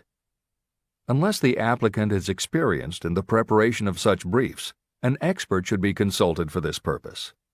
When successful businesses want to advertise, they hire specialists who understand the psychology of advertising to sell their products. If you are selling your personal services, you should do the same. Editor's comment. The job market in America has never been as bad as it was when Napoleon Hill wrote the preceding paragraph. Because of the Great Depression, many adults had never had any kind of steady job, let alone sought a career position, and there were few places to learn how to do it. Since that time, many excellent books have been published on the subject, and companies that offer professional help in preparing resumes have become very common. However, neither books nor copywriters are magic. It all begins with what you have to offer. The editors of this edition suggest that you start to assemble your presentation using the guidelines that appear below. Once you have a first draft, you should review at least one of the books on the subject to see what suggestions are offered that might help you sell yourself better than you have already done. Then, depending how satisfied you are, you might also want to seek advice from a professional who specializes in such presentations. We offer 2 notes of caution. First, make sure that your presentation does not look like something turned out by a resume mill. Having received many resumes over the years, the editors warn you that some professionals use the same stock phrases, buzzwords, and formats for every client, and this can be a dead giveaway that someone else prepared your resume, or that you have simply copied from a book. Your intention should be to make yours stand out. The second word of caution is, don't go overboard in trying to stand out. There is a balance between catching an employer's attention and looking like you are trying too hard. For instance, if you are a New York marketing executive applying to a Los Angeles company, sending your application with a bag of fresh bagels by next morning FedEx would probably make a good impression, whereas sending a dartboard with your picture in the center might be viewed as just a little too cute and a little too much. Clever is good, but professional is a must. Never be so clever that you don't look professional. Following are a set of guidelines for preparing your resume. Because part of your search for a position will involve responding to ads for job openings, and because it has become common to respond by faxing applications and resumes, Napoleon Hill's guidelines should be used to prepare 2 separate presentations. As Hill suggests below, you should prepare an elaborate presentation to be used when mailed or presented in person. But you should also prepare a second, shorter version that is designed specifically to be faxed. Take care to make your fax version complete and interesting, but it should be no more than 3 pages. The following information should appear in your presentation. 1. Education. State briefly but definitely what schooling you've had and in what subjects you specialized in school, giving the reasons for that specialization. Editor's comments. Never exaggerate. This is very serious advice, and it applies not only to education, but also the next 2 categories, experience and references. Smart employers will check in all 3 areas. Labor laws have become so demanding that employers filling responsible positions are very cautious about whom they hire in the first place. There are rules about such things as the difference between salaried and hourly employment, sexual harassment, what constitutes grounds for dismissal, what questions can and cannot be asked in job interviews, and a host of other things that leave the employer open to potential lawsuits. Consequently, smart employers, the kind you want to work for, will check your education, experience, and references. Also, bear in mind, you are providing information that will follow you for the rest of your career. If you keep up with the news, you know that in recent times even executives headed for the top have been dismissed. Military men have resigned in disgrace. Politicians have been removed from office, and professors have been forced to resign, all because someone looked into their background and found that they had exaggerated their qualifications. This is the end of the editor's comments. 2. Experience. If you have had experience in connection with positions similar to the one you seek, describe it fully. Give the names and addresses of former employers. Be sure to clearly point out any special experience you may have had that would equip you to fill the position you seek. 3. References. Practically every business firm wants to know as much as possible about the background of prospective employees who seek positions of responsibility. Attach copies of letters from former employers, from teachers under whom you studied, and from prominent people whose judgment may be relied upon. 4. Photograph of yourself. Include a recent professional photograph of yourself as a part of your presentation. Editor's comment. In the contemporary job market, this is not a common practice at all. However, from personal experience, the editors of this edition know it can be advantageous. We have received only one such job application, but unquestionably it was the photograph that prompted us to ask the applicant to come in for an interview. If you are confident that your appearance makes a good, professional impression, you may want to consider this unusual approach. There is the danger that you may be seen as vain or self-centered, but it could also be the thing that gives you an edge. This is the end of the editor's comment. 5. Apply for a specific position. Never apply for just a job. That indicates you lack specialized qualifications. 6. State your qualifications for the particular position for which you apply. Give full details why you believe you are qualified for the particular position you seek. This is the most important detail of your application. It will determine, more than anything else, what consideration you receive. 7. Offer to go to work on probation. This may appear to be a radical suggestion, but experience has proved that it seldom fails to win at least a trial. If you are sure of your qualifications, a trial is all you need. Incidentally, such an offer indicates that you have confidence in your ability to fill the position you seek. It is most convincing. Make it clear that your offer is based on your confidence in your ability to fill the position, your confidence in your prospective employer's decision to employ you after the trial period, and your determination to have the position. Editor's comments. As you will learn in Chapter 10, when you read the story of Napoleon Hill's application to Rufus Ayers, Hill gives this advice based on his personal experience. Unfortunately, this is one of those instances where times may have changed so much that the approach is rarely applicable. In today's environment, modern labor laws and business practice may prevent an employer from taking you up on your offer.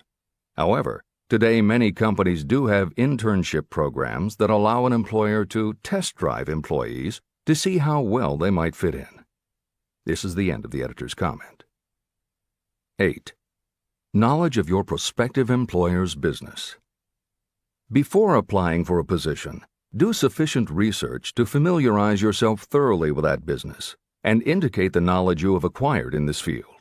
This will be impressive because it indicates that you have imagination and a real interest in the position you seek. Editor's comment. When you do this, and you certainly should, bear in mind that you will be talking with people who really know the business. Even by researching extensively, at best you will only know about their business. If you try to appear too knowledgeable or familiar, it may backfire and reveal that you have only a superficial view of the business. Unless you are already working in the particular industry and have insights based on experience, do not be presumptuous. Use your knowledge to indicate that you have taken the time to educate yourself and that you really are interested, but don't try to tell a prospective employer how you would run the business. This is the end of the editor's comment. Remember that it is not the lawyer who knows the most law, but the one who best prepares his case who wins. If your case is properly prepared and presented, your victory will have been more than half won at the outset. Do not be afraid of making your presentation too long. Employers are just as much interested in purchasing the services of well-qualified applicants as you are in securing employment. In fact, the success of most successful employers is due to their ability to select well-qualified lieutenants. They want all the information available. Editor's comment. As noted above, when faxing a resume, it should be no more than 3 pages and should state that you will be pleased to provide a more detailed resume if required. This is the end of the editor's comment. Remember another thing. Neatness in the preparation of your resume and application will indicate that you are a painstaking person. Successful salespeople groom themselves with care. They understand that first impressions are lasting. Your presentation is your sales rep. Give it a good suit of clothes so it will stand out in bold contrast to anything else your prospective employer ever saw. If the position you seek is worth having, it is worth going after with care. More important, if you sell yourself in a manner that shows off your individuality, you probably will receive more money from the very start than you would if you applied for employment in the usual conventional way. When your resume package has been completed, you should prepare individual and personalized copies for each company or person to whom it will be presented. This personal touch is sure to command attention. Have it neatly typed, proofread, printed, and properly bound on the finest paper you can obtain. Your photograph should be mounted and included on one of the pages. Prepare a separate binding with the proper company name inserted if it is to be shown to more than one company. If you seek employment through an employment agency, have the agent use copies of your presentation in marketing your services. This will help to gain preference for you, both with the agent and the prospective employers. I've helped to prepare presentations for clients that were so striking and out of the ordinary that they resulted in the employment of the applicant without a personal interview. If you want similar results, follow the instructions to the letter, improving upon them however your imagination suggests. Editor's comments. Today, every office supply store offers a wide variety of paper stock, folders, binders, and presentation materials that can be put together in a way that is both unique and professional looking. With all of those possibilities available, if you simply present standard sheets of paper stapled in the corner, the response will very likely be standard too. If you apply a little creativity, you should have no trouble preparing a presentation that is tailored to the company to which you are applying, appropriate for the position you seek, and reflective of your personality and style. This is the end of the editor's comments. How to get the exact position you desire. Everyone enjoys doing the kind of work for which he or she is best suited. An artist loves to work with paints, a craftsman with his or her hands, a writer loves to write. Those with less definite talents have their preferences for certain fields of business and industry. If America does anything well, it offers a full range of occupations. 1. Decide exactly what kind of a job you want. If the job doesn't already exist, perhaps you can create it. 2. Choose the company or individual for whom you wish to work. 3. Study your prospective employer as to policies, personnel, and chances for advancement. 4. By analysis of yourself, your talents, and your capabilities, figure what you can offer. Plan specific ways and means of giving advantages, services, developments, or ideas that you believe you can successfully deliver. 5. Forget about a job. Forget whether or not there is an opening. Forget the usual routine of, "Have you got a job for me?" Concentrate on what you can give. 6. Once you have your plan in mind, put it on paper in neat form and in full detail. 7. Present it to the proper person with authority, and the rest will come automatically. Every company is looking for people who can give something of value, whether it is ideas, services, or connections. Every company has room for the person who has a definite plan of action that is to the advantage of that company. This procedure may take a few days or weeks of extra time, but the difference in income, in advancement, and in gaining recognition will save years of hard work at small pay. It has many advantages, the main one being that it will often save you from 1 to 5 years of your time in reaching a chosen goal. Every person who starts or gets in halfway up the ladder does so by deliberate and careful planning.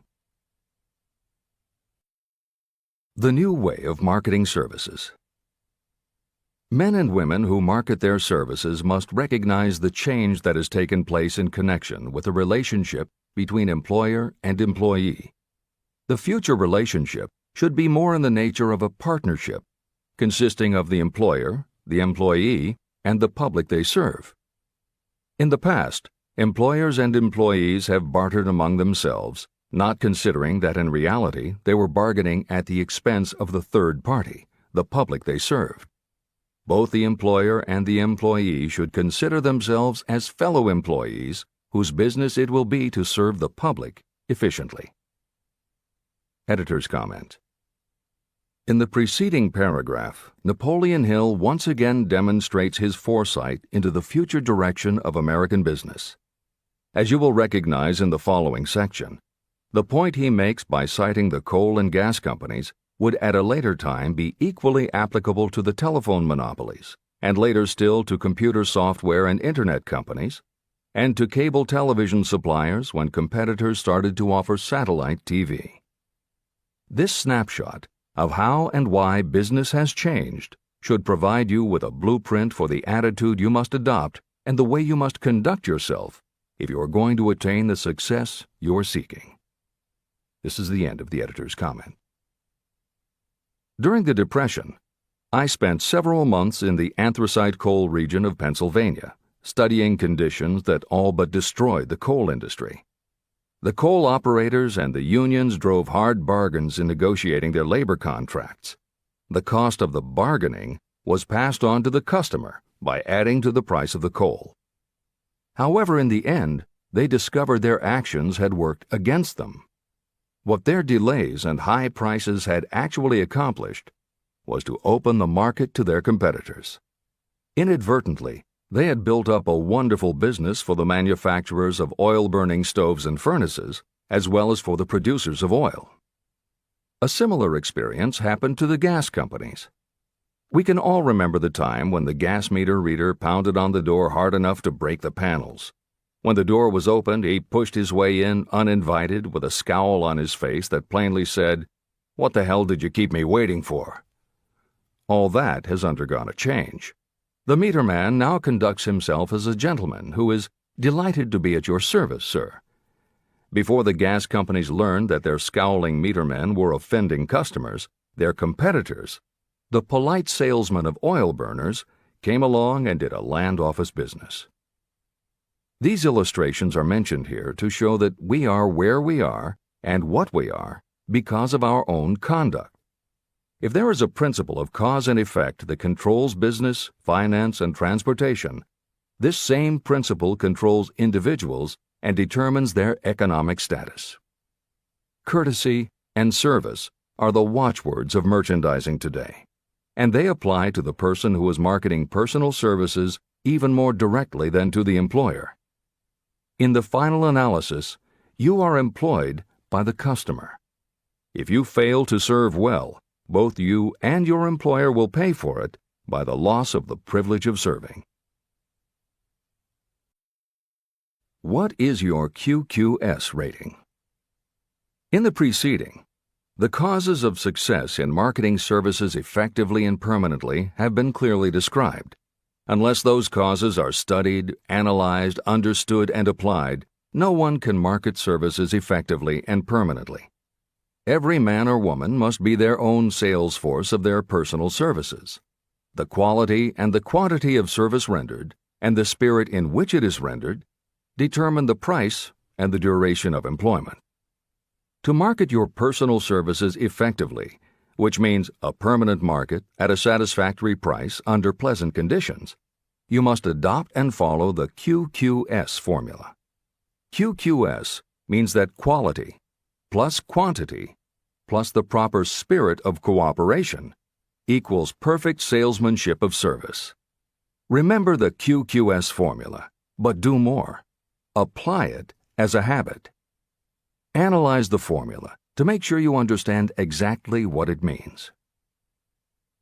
Quality of service means the performance of every detail in connection with your position in the most efficient manner possible, with the object of greater efficiency always in mind. Quantity of service means the habit of rendering all the service of which you are capable at all times, with the purpose of increasing the amount of service rendered as you develop greater skill through practice and experience. Emphasis is again placed on the word habit. Spirit of service means the habit of agreeable, harmonious conduct, which will induce cooperation from associates and fellow employees. Adequate quality and adequate quantity of service is not sufficient to maintain a permanent market for your services. The spirit in which you deliver service is a strong determining factor in connection with both the price you receive and the duration of your employment. Andrew Carnegie stressed this point in his description of the factors that lead to success in the marketing of personal services. He emphasized again and again the necessity for harmonious conduct. He stressed the fact that he would not retain any man, no matter how great a quantity or how efficient the quality of his work, unless he worked in a spirit of harmony.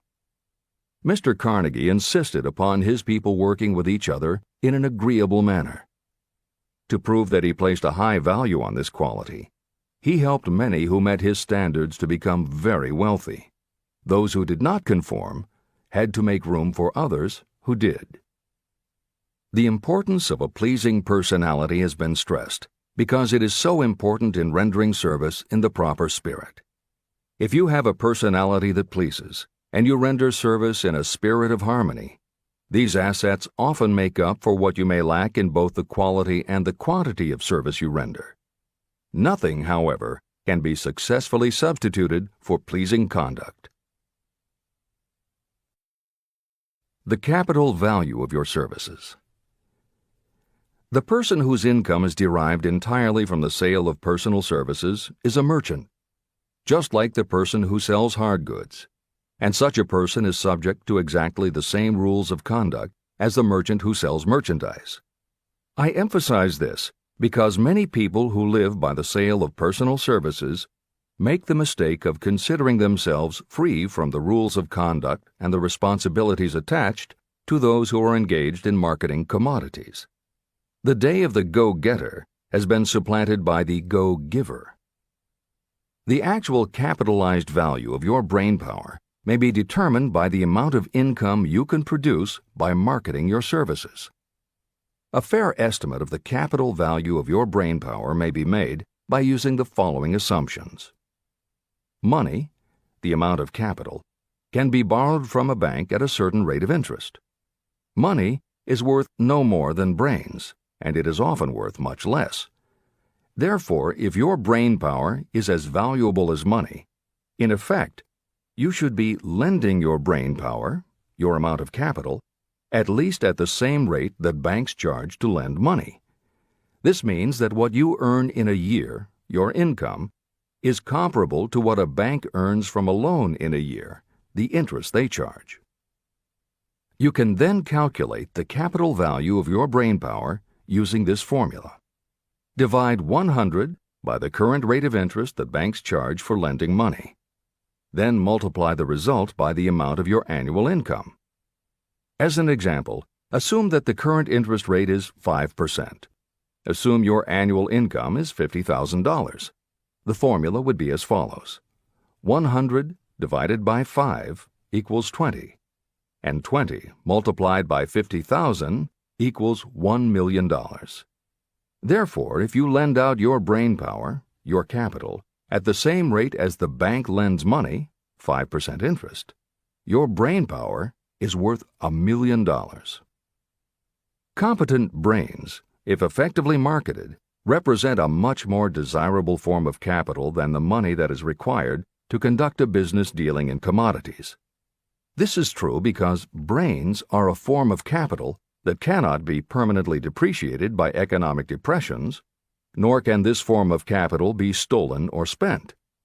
Moreover, the money that is essential for the conduct of business is as worthless as a sand dune until it has been mixed with efficient brains. The 31 Major Causes of Failure. Life's greatest tragedy consists of men and women who earnestly try and fail. The tragedy lies in the overwhelmingly large majority of people who fail as compared with the few who succeed. I have had the privilege of analyzing several thousand men and women, 98% of whom were classed as failures. My analysis proved that there are 13 major principles through which people accumulate fortunes. Each of the 13 principles of success has its own chapter in this book, and there are 31 major reasons for failure. The 31 causes of failure are listed below. As you go through the list, measure yourself point by point. It will help you to discover how many of these causes of failure stand between you and success. 1. Unfavorable hereditary background. There is little, if anything, that can be done for people who are born with a deficiency in brain power. This is the only one of the 31 causes of failure that may not be easily corrected by any individual. My philosophy can offer only one method of bridging this weakness, through the aid of the mastermind. 2. Lack of a well-defined purpose in life.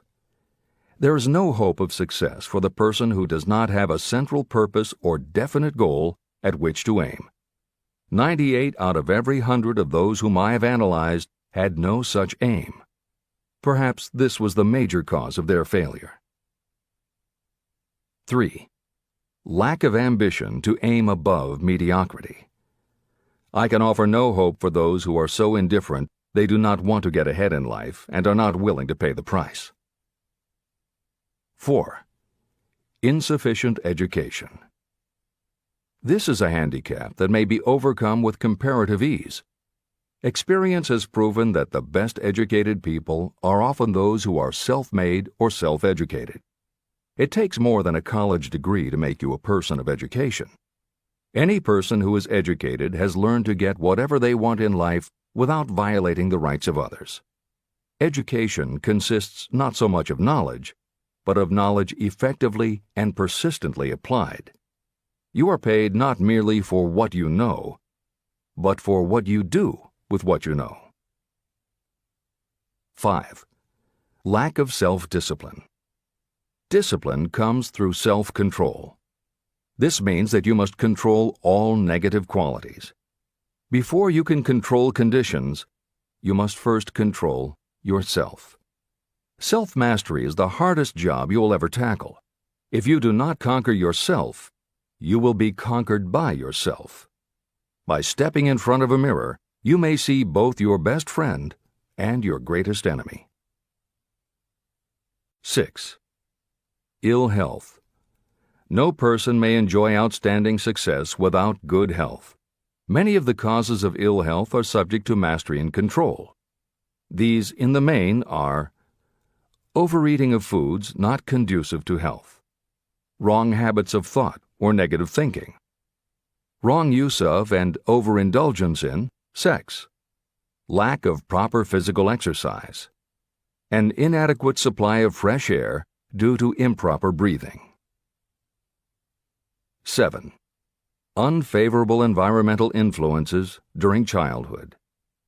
As the twig is bent, so shall the tree grow. Most people who have criminal tendencies acquire them as the result of bad environment and improper associates during their childhood or youth. Procrastination. This is one of the most common causes of failure. Procrastination stands within the shadow of every human being, waiting its opportunity to spoil your chances of success. Most of us go through life as failures because we are waiting for the time to be right to start doing something worthwhile. Do not wait. The time will never be just right. Start where you stand, work with whatever tools you have at your command, and you will acquire better tools as you go along. 9. Lack of persistence. Most of us are good starters, but poor finishers of everything we begin. People are prone to give up at the first signs of defeat. There is no substitute for persistence. The person who makes persistence his or her watchword discovers that failure finally becomes tired and makes its departure. Failure cannot cope with persistence. 10. Negative personality. There is no hope of success for the person who repels people through a negative personality. Success comes through the application of power, and power is attained through the cooperative efforts of other people. A negative personality will not induce cooperation. 11. Lack of control of sexual urges. Sexual energy is the most powerful of all the stimuli that move people into action. Because it is the most powerful of the emotions, if it is controlled, it can be converted into other creative channels. 12. Uncontrolled desire for something for nothing. The gambling instinct drives millions of people to failure. Evidence of this may be found in the Wall Street stock market crash of 1929, during which millions of people tried to make money by gambling on stock margins. Editor's comments. For those who are not familiar with the stock market and buying on margin, the following is a simplified explanation of what caused the crash of '29. The first thing to understand is that prior to the Great Depression there was widespread optimism about the expanding economy. Businesses were booming, and the people who had invested in those companies were making fortunes almost overnight. When the average person saw how much money was being made, they wanted to get in on it, and there was a way for them to do it. Even average people who didn't have enough ready cash to buy stocks could do so because brokers allowed customers to purchase stocks on margin by making what amounted to a down payment. However, part of the purchase agreement stated that when the brokers called in the margin accounts, which they could do at any time, the customers would have to come up with the rest of the cash immediately to pay the balance owing on the original purchase price. That is why Hill used the term gambling when he referred to the stock market. These average people weren't investing in companies. They were betting on the future rise in value.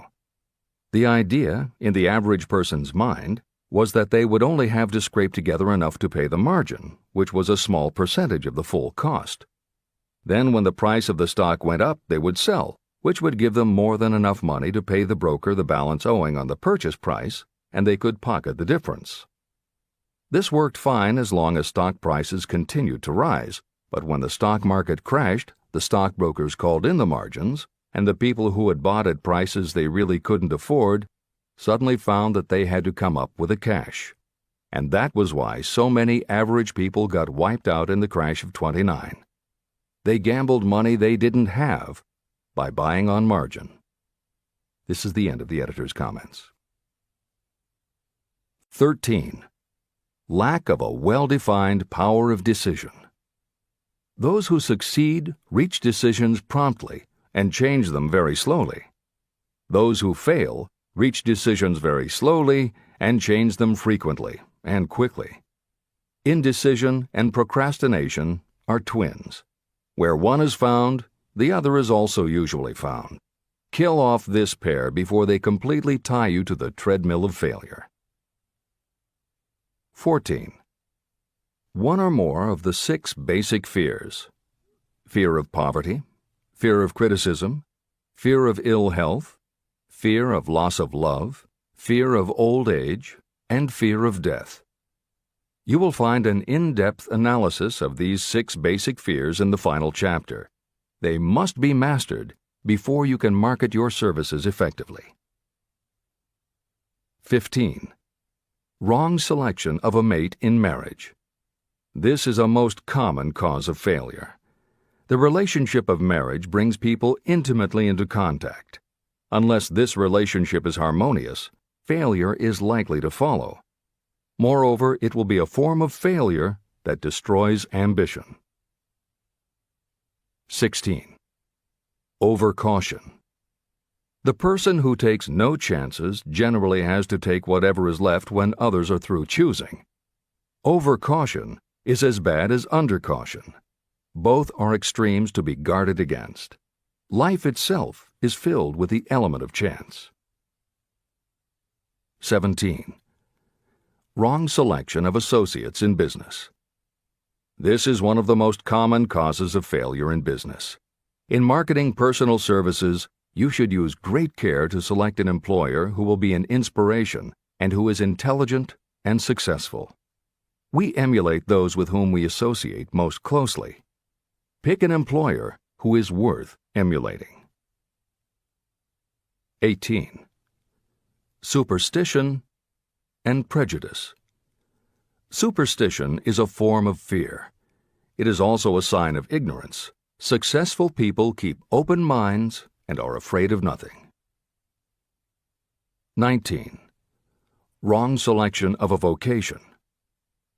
You cannot have outstanding success in work that you do not like. The most essential step in the marketing of personal services is that of selecting an occupation into which you can throw yourself wholeheartedly. Although money or circumstances may require you to do something you don't like for a time, no one can stop you from developing plans to make your goal in life a reality. Editor's comments.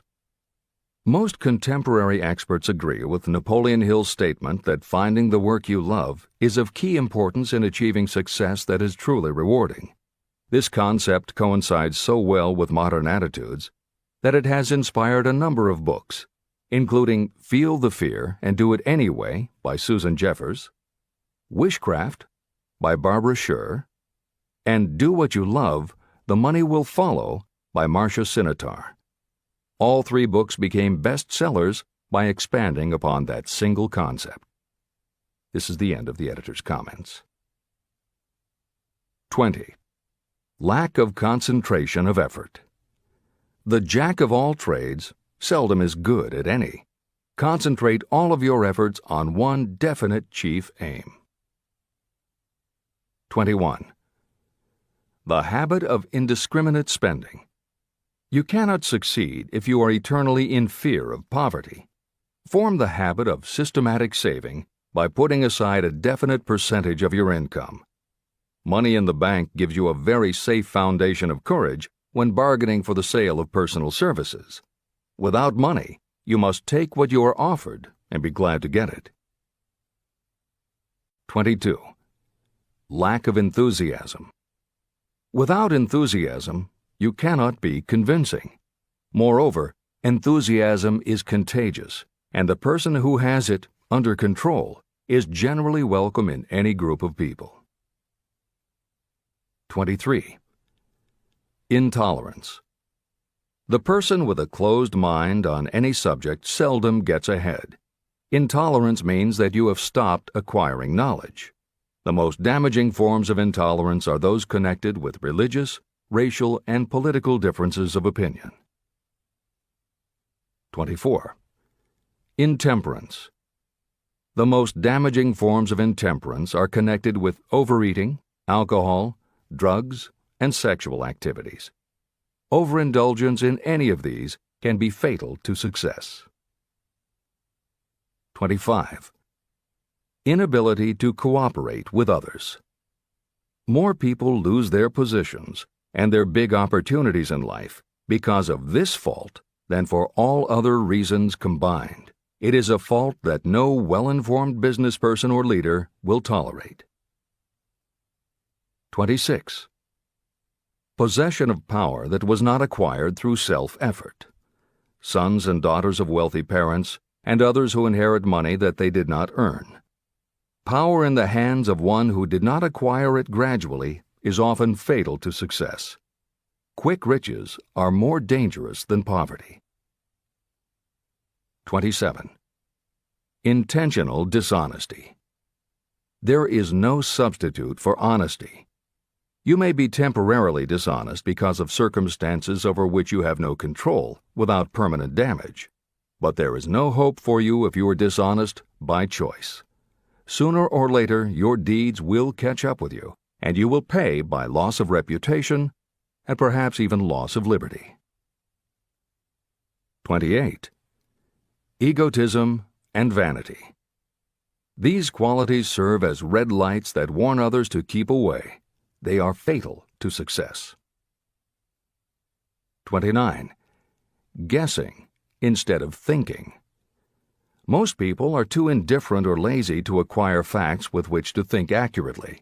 They prefer to act on opinions created by guesswork or snap judgments. 30.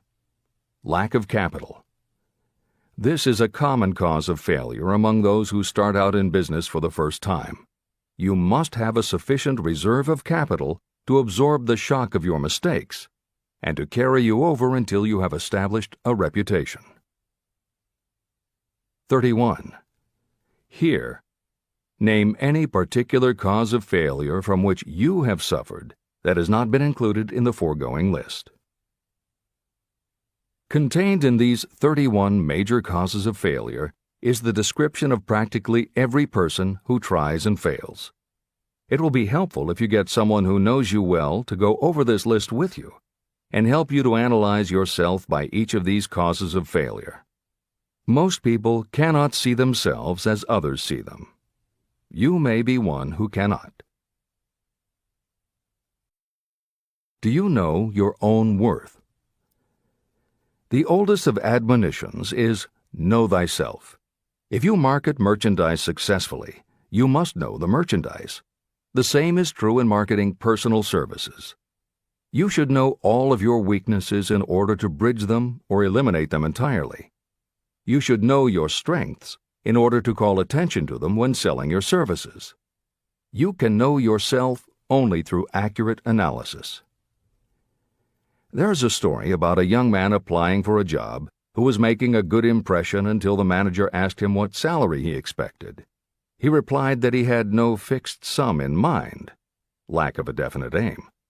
The manager then said, "We will pay you all you are worth after we try you out for a week." "I can't accept that," the applicant replied.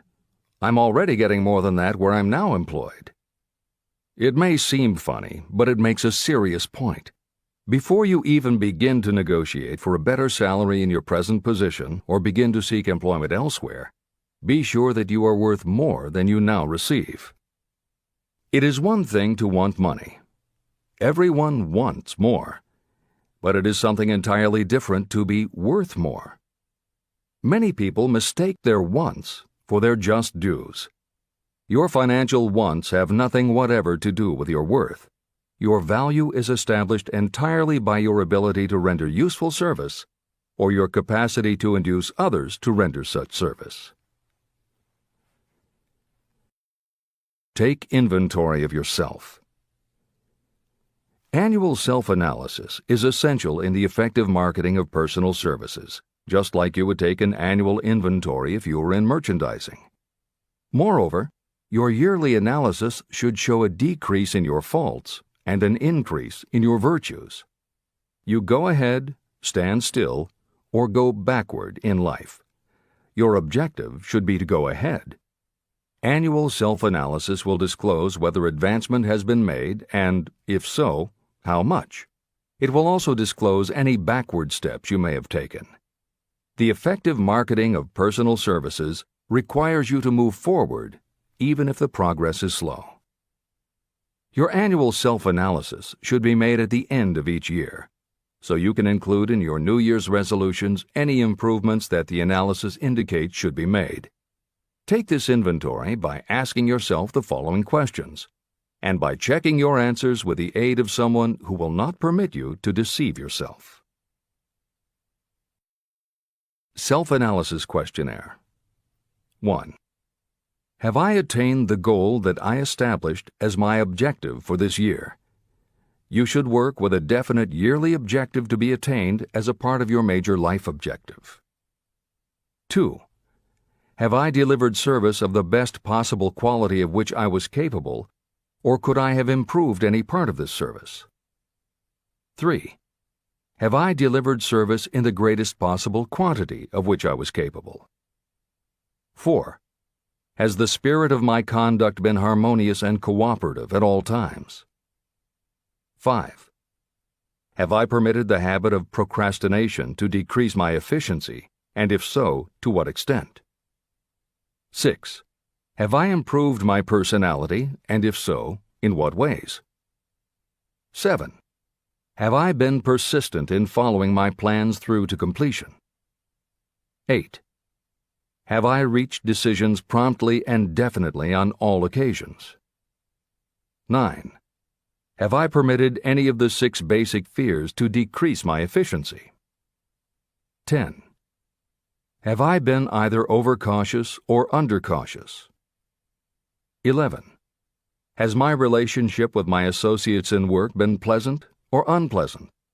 If it has been unpleasant, has the fault been partly or wholly mine? 12. Have I dissipated any of my energy through lack of concentration of effort? 13. Have I been open-minded and tolerant in connection with all subjects? 14. In what ways have I improved my ability to render service? 15. Have I been intemperate in any of my personal habits? 16. Have I expressed, either openly or secretly, any form of egotism? 17.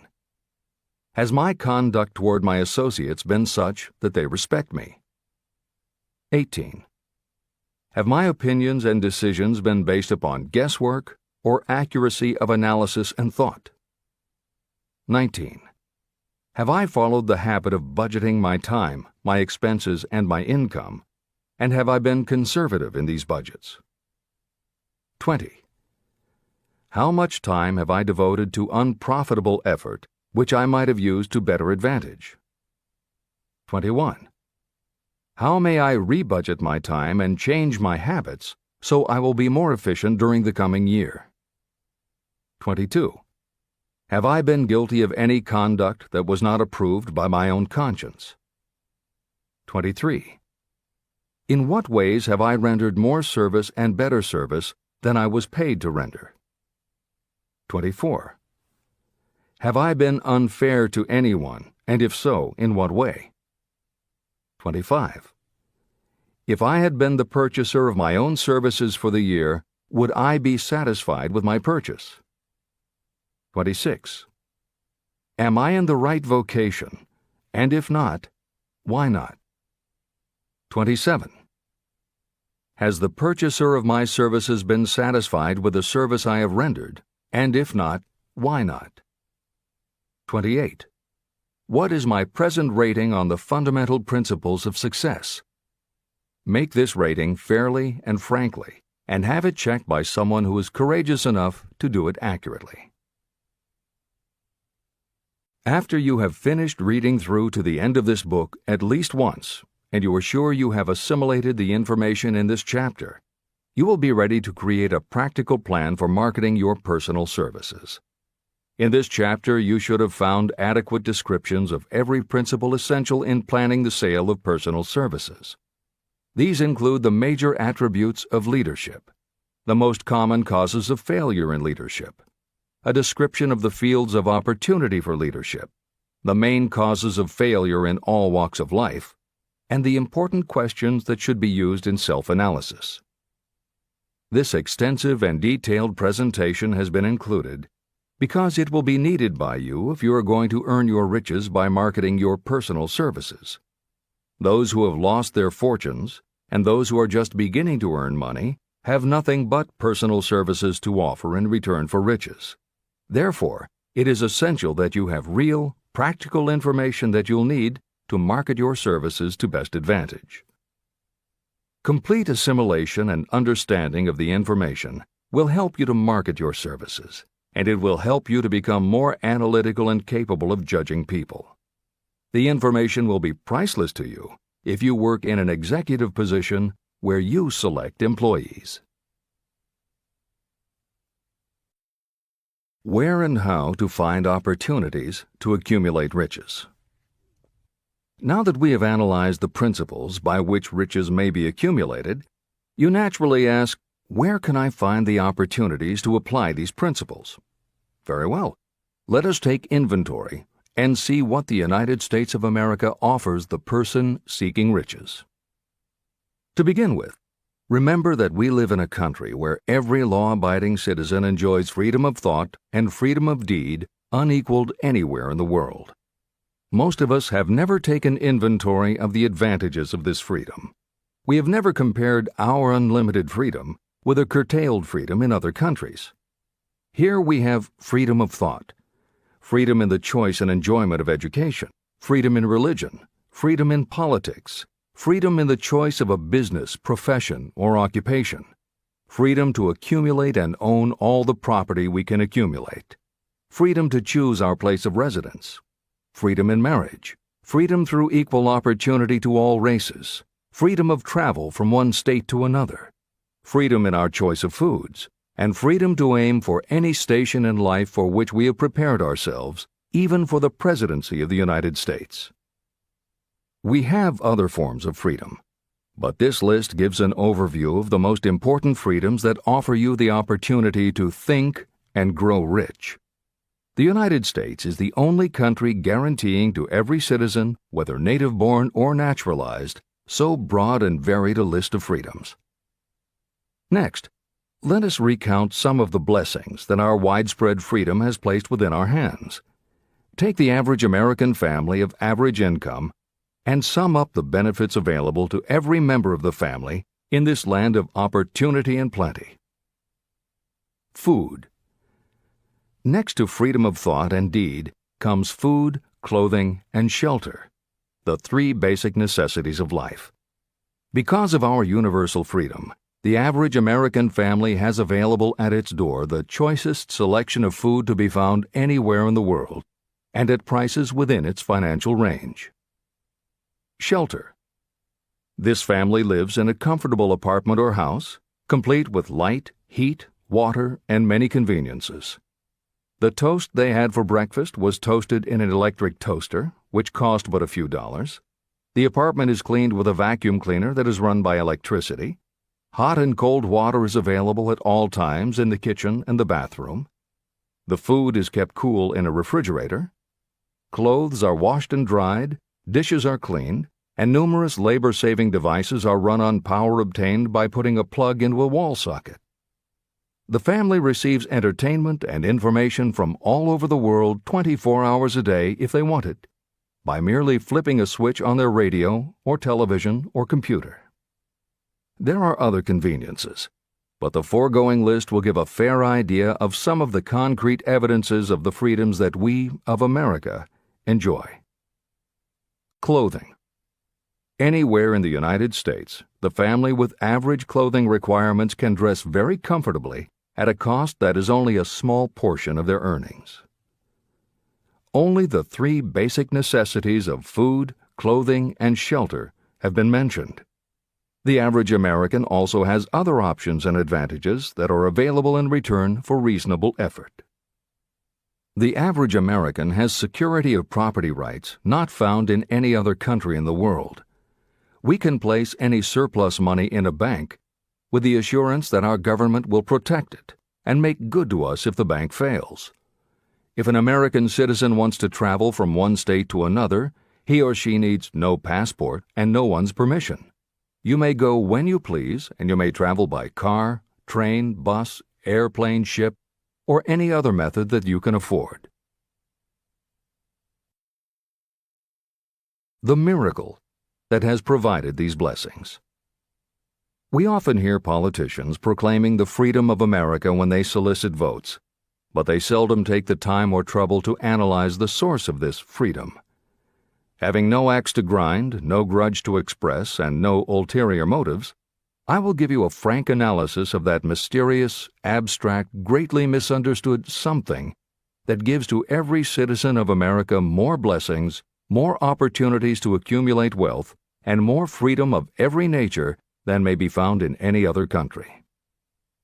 I have the right to analyze the source and nature of this unseen power because I know, and have known for more than half a century, many of the men who organized that power and many who are now responsible for its maintenance. The name of this mysterious benefactor of mankind is capital. Capital consists not only of money, but also of highly organized, intelligent groups of individuals who plan ways and means of using money efficiently for the good of the public and profitably to themselves. These groups consist of scientists, educators, chemists, inventors, business analysts, publicists, transportation experts, accountants, lawyers, doctors, and other men and women who have highly specialized knowledge in all fields of industry and business. They pioneer, experiment, and blaze trails in new fields of endeavor. They support colleges, hospitals, schools, build good roads, publish newspapers, pay most of the cost of government, and take care of the many details essential to human progress. Stated briefly, the capitalists are the brains of civilization because they supply the entire fabric of which all education, enlightenment, and human progress consist. Money without brains is always dangerous. Properly used, it is the most important essential of civilization. To give you an idea of how important organized capital is, try to imagine that it is your job to provide and prepare a simple family breakfast, but you have to do it without the aid of capital. To supply the tea, you would have to make a trip to China or India. Unless you are an excellent swimmer, you would become rather tired before making the round trip. Then, too, another problem would confront you. What would you use for money, even if you had the physical endurance to swim the ocean? To supply sugar, you would have to take another swim to the Caribbean islands or a long walk to the sugar beet section of Utah. But even then you might come back without the sugar because organized effort and money are necessary to produce sugar, to say nothing of what is required to refine, transport, and deliver it to the breakfast table anywhere in the United States. Eggs you could obtain easily enough from nearby farms, but you might have a very long walk to Florida or California and back before you could serve grapefruit juice. You would have another long walk to Kansas or one of the other wheat-growing states when you went after wheat bread. Dry cereal would have to be omitted from the menu because it would not be available except through the labor of a trained group of workers and suitable machinery, all of which call for capital. After resting, you could take off for another little swim down to South America, where you would pick up a couple of bananas. On your return, you could take a short walk to the nearest farm having a dairy and pick up some butter and cream. Then your family would be ready to sit down and enjoy breakfast. Seems absurd, doesn't it? Well, the procedure described would be the only possible way these simple items of food could be delivered if we had no capitalistic system. The capital cornerstone of our lives. The sum of money required for the building and maintenance of the planes, trucks, trains, and cargo ships used in the delivery of that simple breakfast is so huge that it staggers imagination. It runs into billions of dollars. Not to mention the armies of trained employees required to run all those planes, trucks, ships, and trains. But transportation is only a part of the requirements of modern civilization in capitalistic America. Before there can be anything to haul, something must be grown from the ground or manufactured and prepared for market. This calls for more billions of dollars for equipment, machinery, packaging, marketing, and to pay the wages of millions of men and women. Transportation systems do not spring up from the earth and function automatically. They come in response to the call of civilization. They come through the labor and ingenuity and organizing ability of people who have imagination, faith, enthusiasm, decision, and persistence. These men and women are known as capitalists. They are motivated by the desire to build, construct, achieve, render useful service, earn profits, and accumulate riches. And because they render service without which there would be no civilization, they earn for themselves great riches. Just to keep the record simple and understandable, I will add that these capitalists are the same men and women who are often denounced as the greedy establishment or Wall Street. I'm not attempting to present a case for or against any group or any system of economics.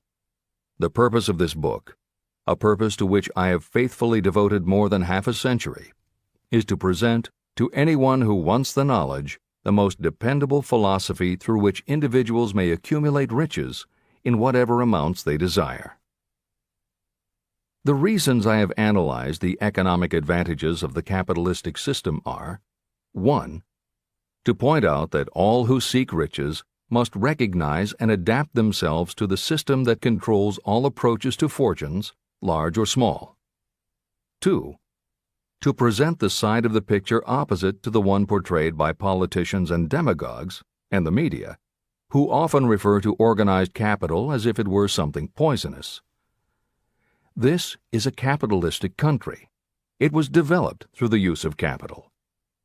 We who claim the right to partake of the blessings of freedom and opportunity, we who seek to accumulate riches here, should know that neither riches nor opportunity would be available to us if organized capital had not provided these benefits.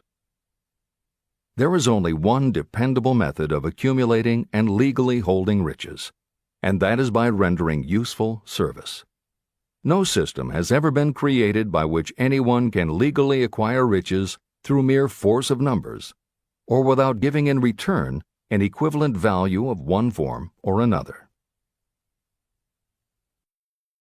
Your opportunities in the midst of riches. America provides all the freedom and all the opportunity to accumulate riches that any honest person may require. When you go hunting for game, you select hunting grounds where game is plentiful. When you are seeking riches, the same rule naturally applies. If it is riches you are seeking, do not overlook the possibilities of a country whose citizens are so rich that women alone spend billions of dollars each year for cosmetics and other beauty products. Do not be in too big a hurry to get away from a country whose men willingly, even eagerly, hand over more billions of dollars annually for football, basketball, baseball, and all the related products that go with these and other sporting events. Only a few of the luxuries and non-essentials have been mentioned, but remember that the business of producing and marketing these few products gives regular employment to many millions of men and women, who receive for their services many millions of dollars monthly, and spend it freely for both the luxuries and the necessities. Especially, remember that behind all this exchange of merchandise and personal services is an abundance of opportunity to accumulate riches. Here our American freedom comes to your aid. There is nothing to stop you or anyone from engaging in any portion of the effort necessary to carry on these businesses. If you have superior talent, training, experience, you may accumulate riches in large amounts. Those not so fortunate may accumulate smaller amounts. Anyone may earn a living in return for a very nominal amount of labor. So there you are. Opportunity has spread its wares before you. Step up to the front, select what you want, create your plan, put the plan into action, and follow through with persistence. Capitalistic America will do the rest. You can depend on this much. Capitalistic America ensures every person the opportunity to render useful service and to collect riches in proportion to the value of the service. The system denies no one this right, but it does not and cannot promise something for nothing. The system itself is irrevocably controlled by the law of economics, which neither recognizes nor tolerates for long getting without giving.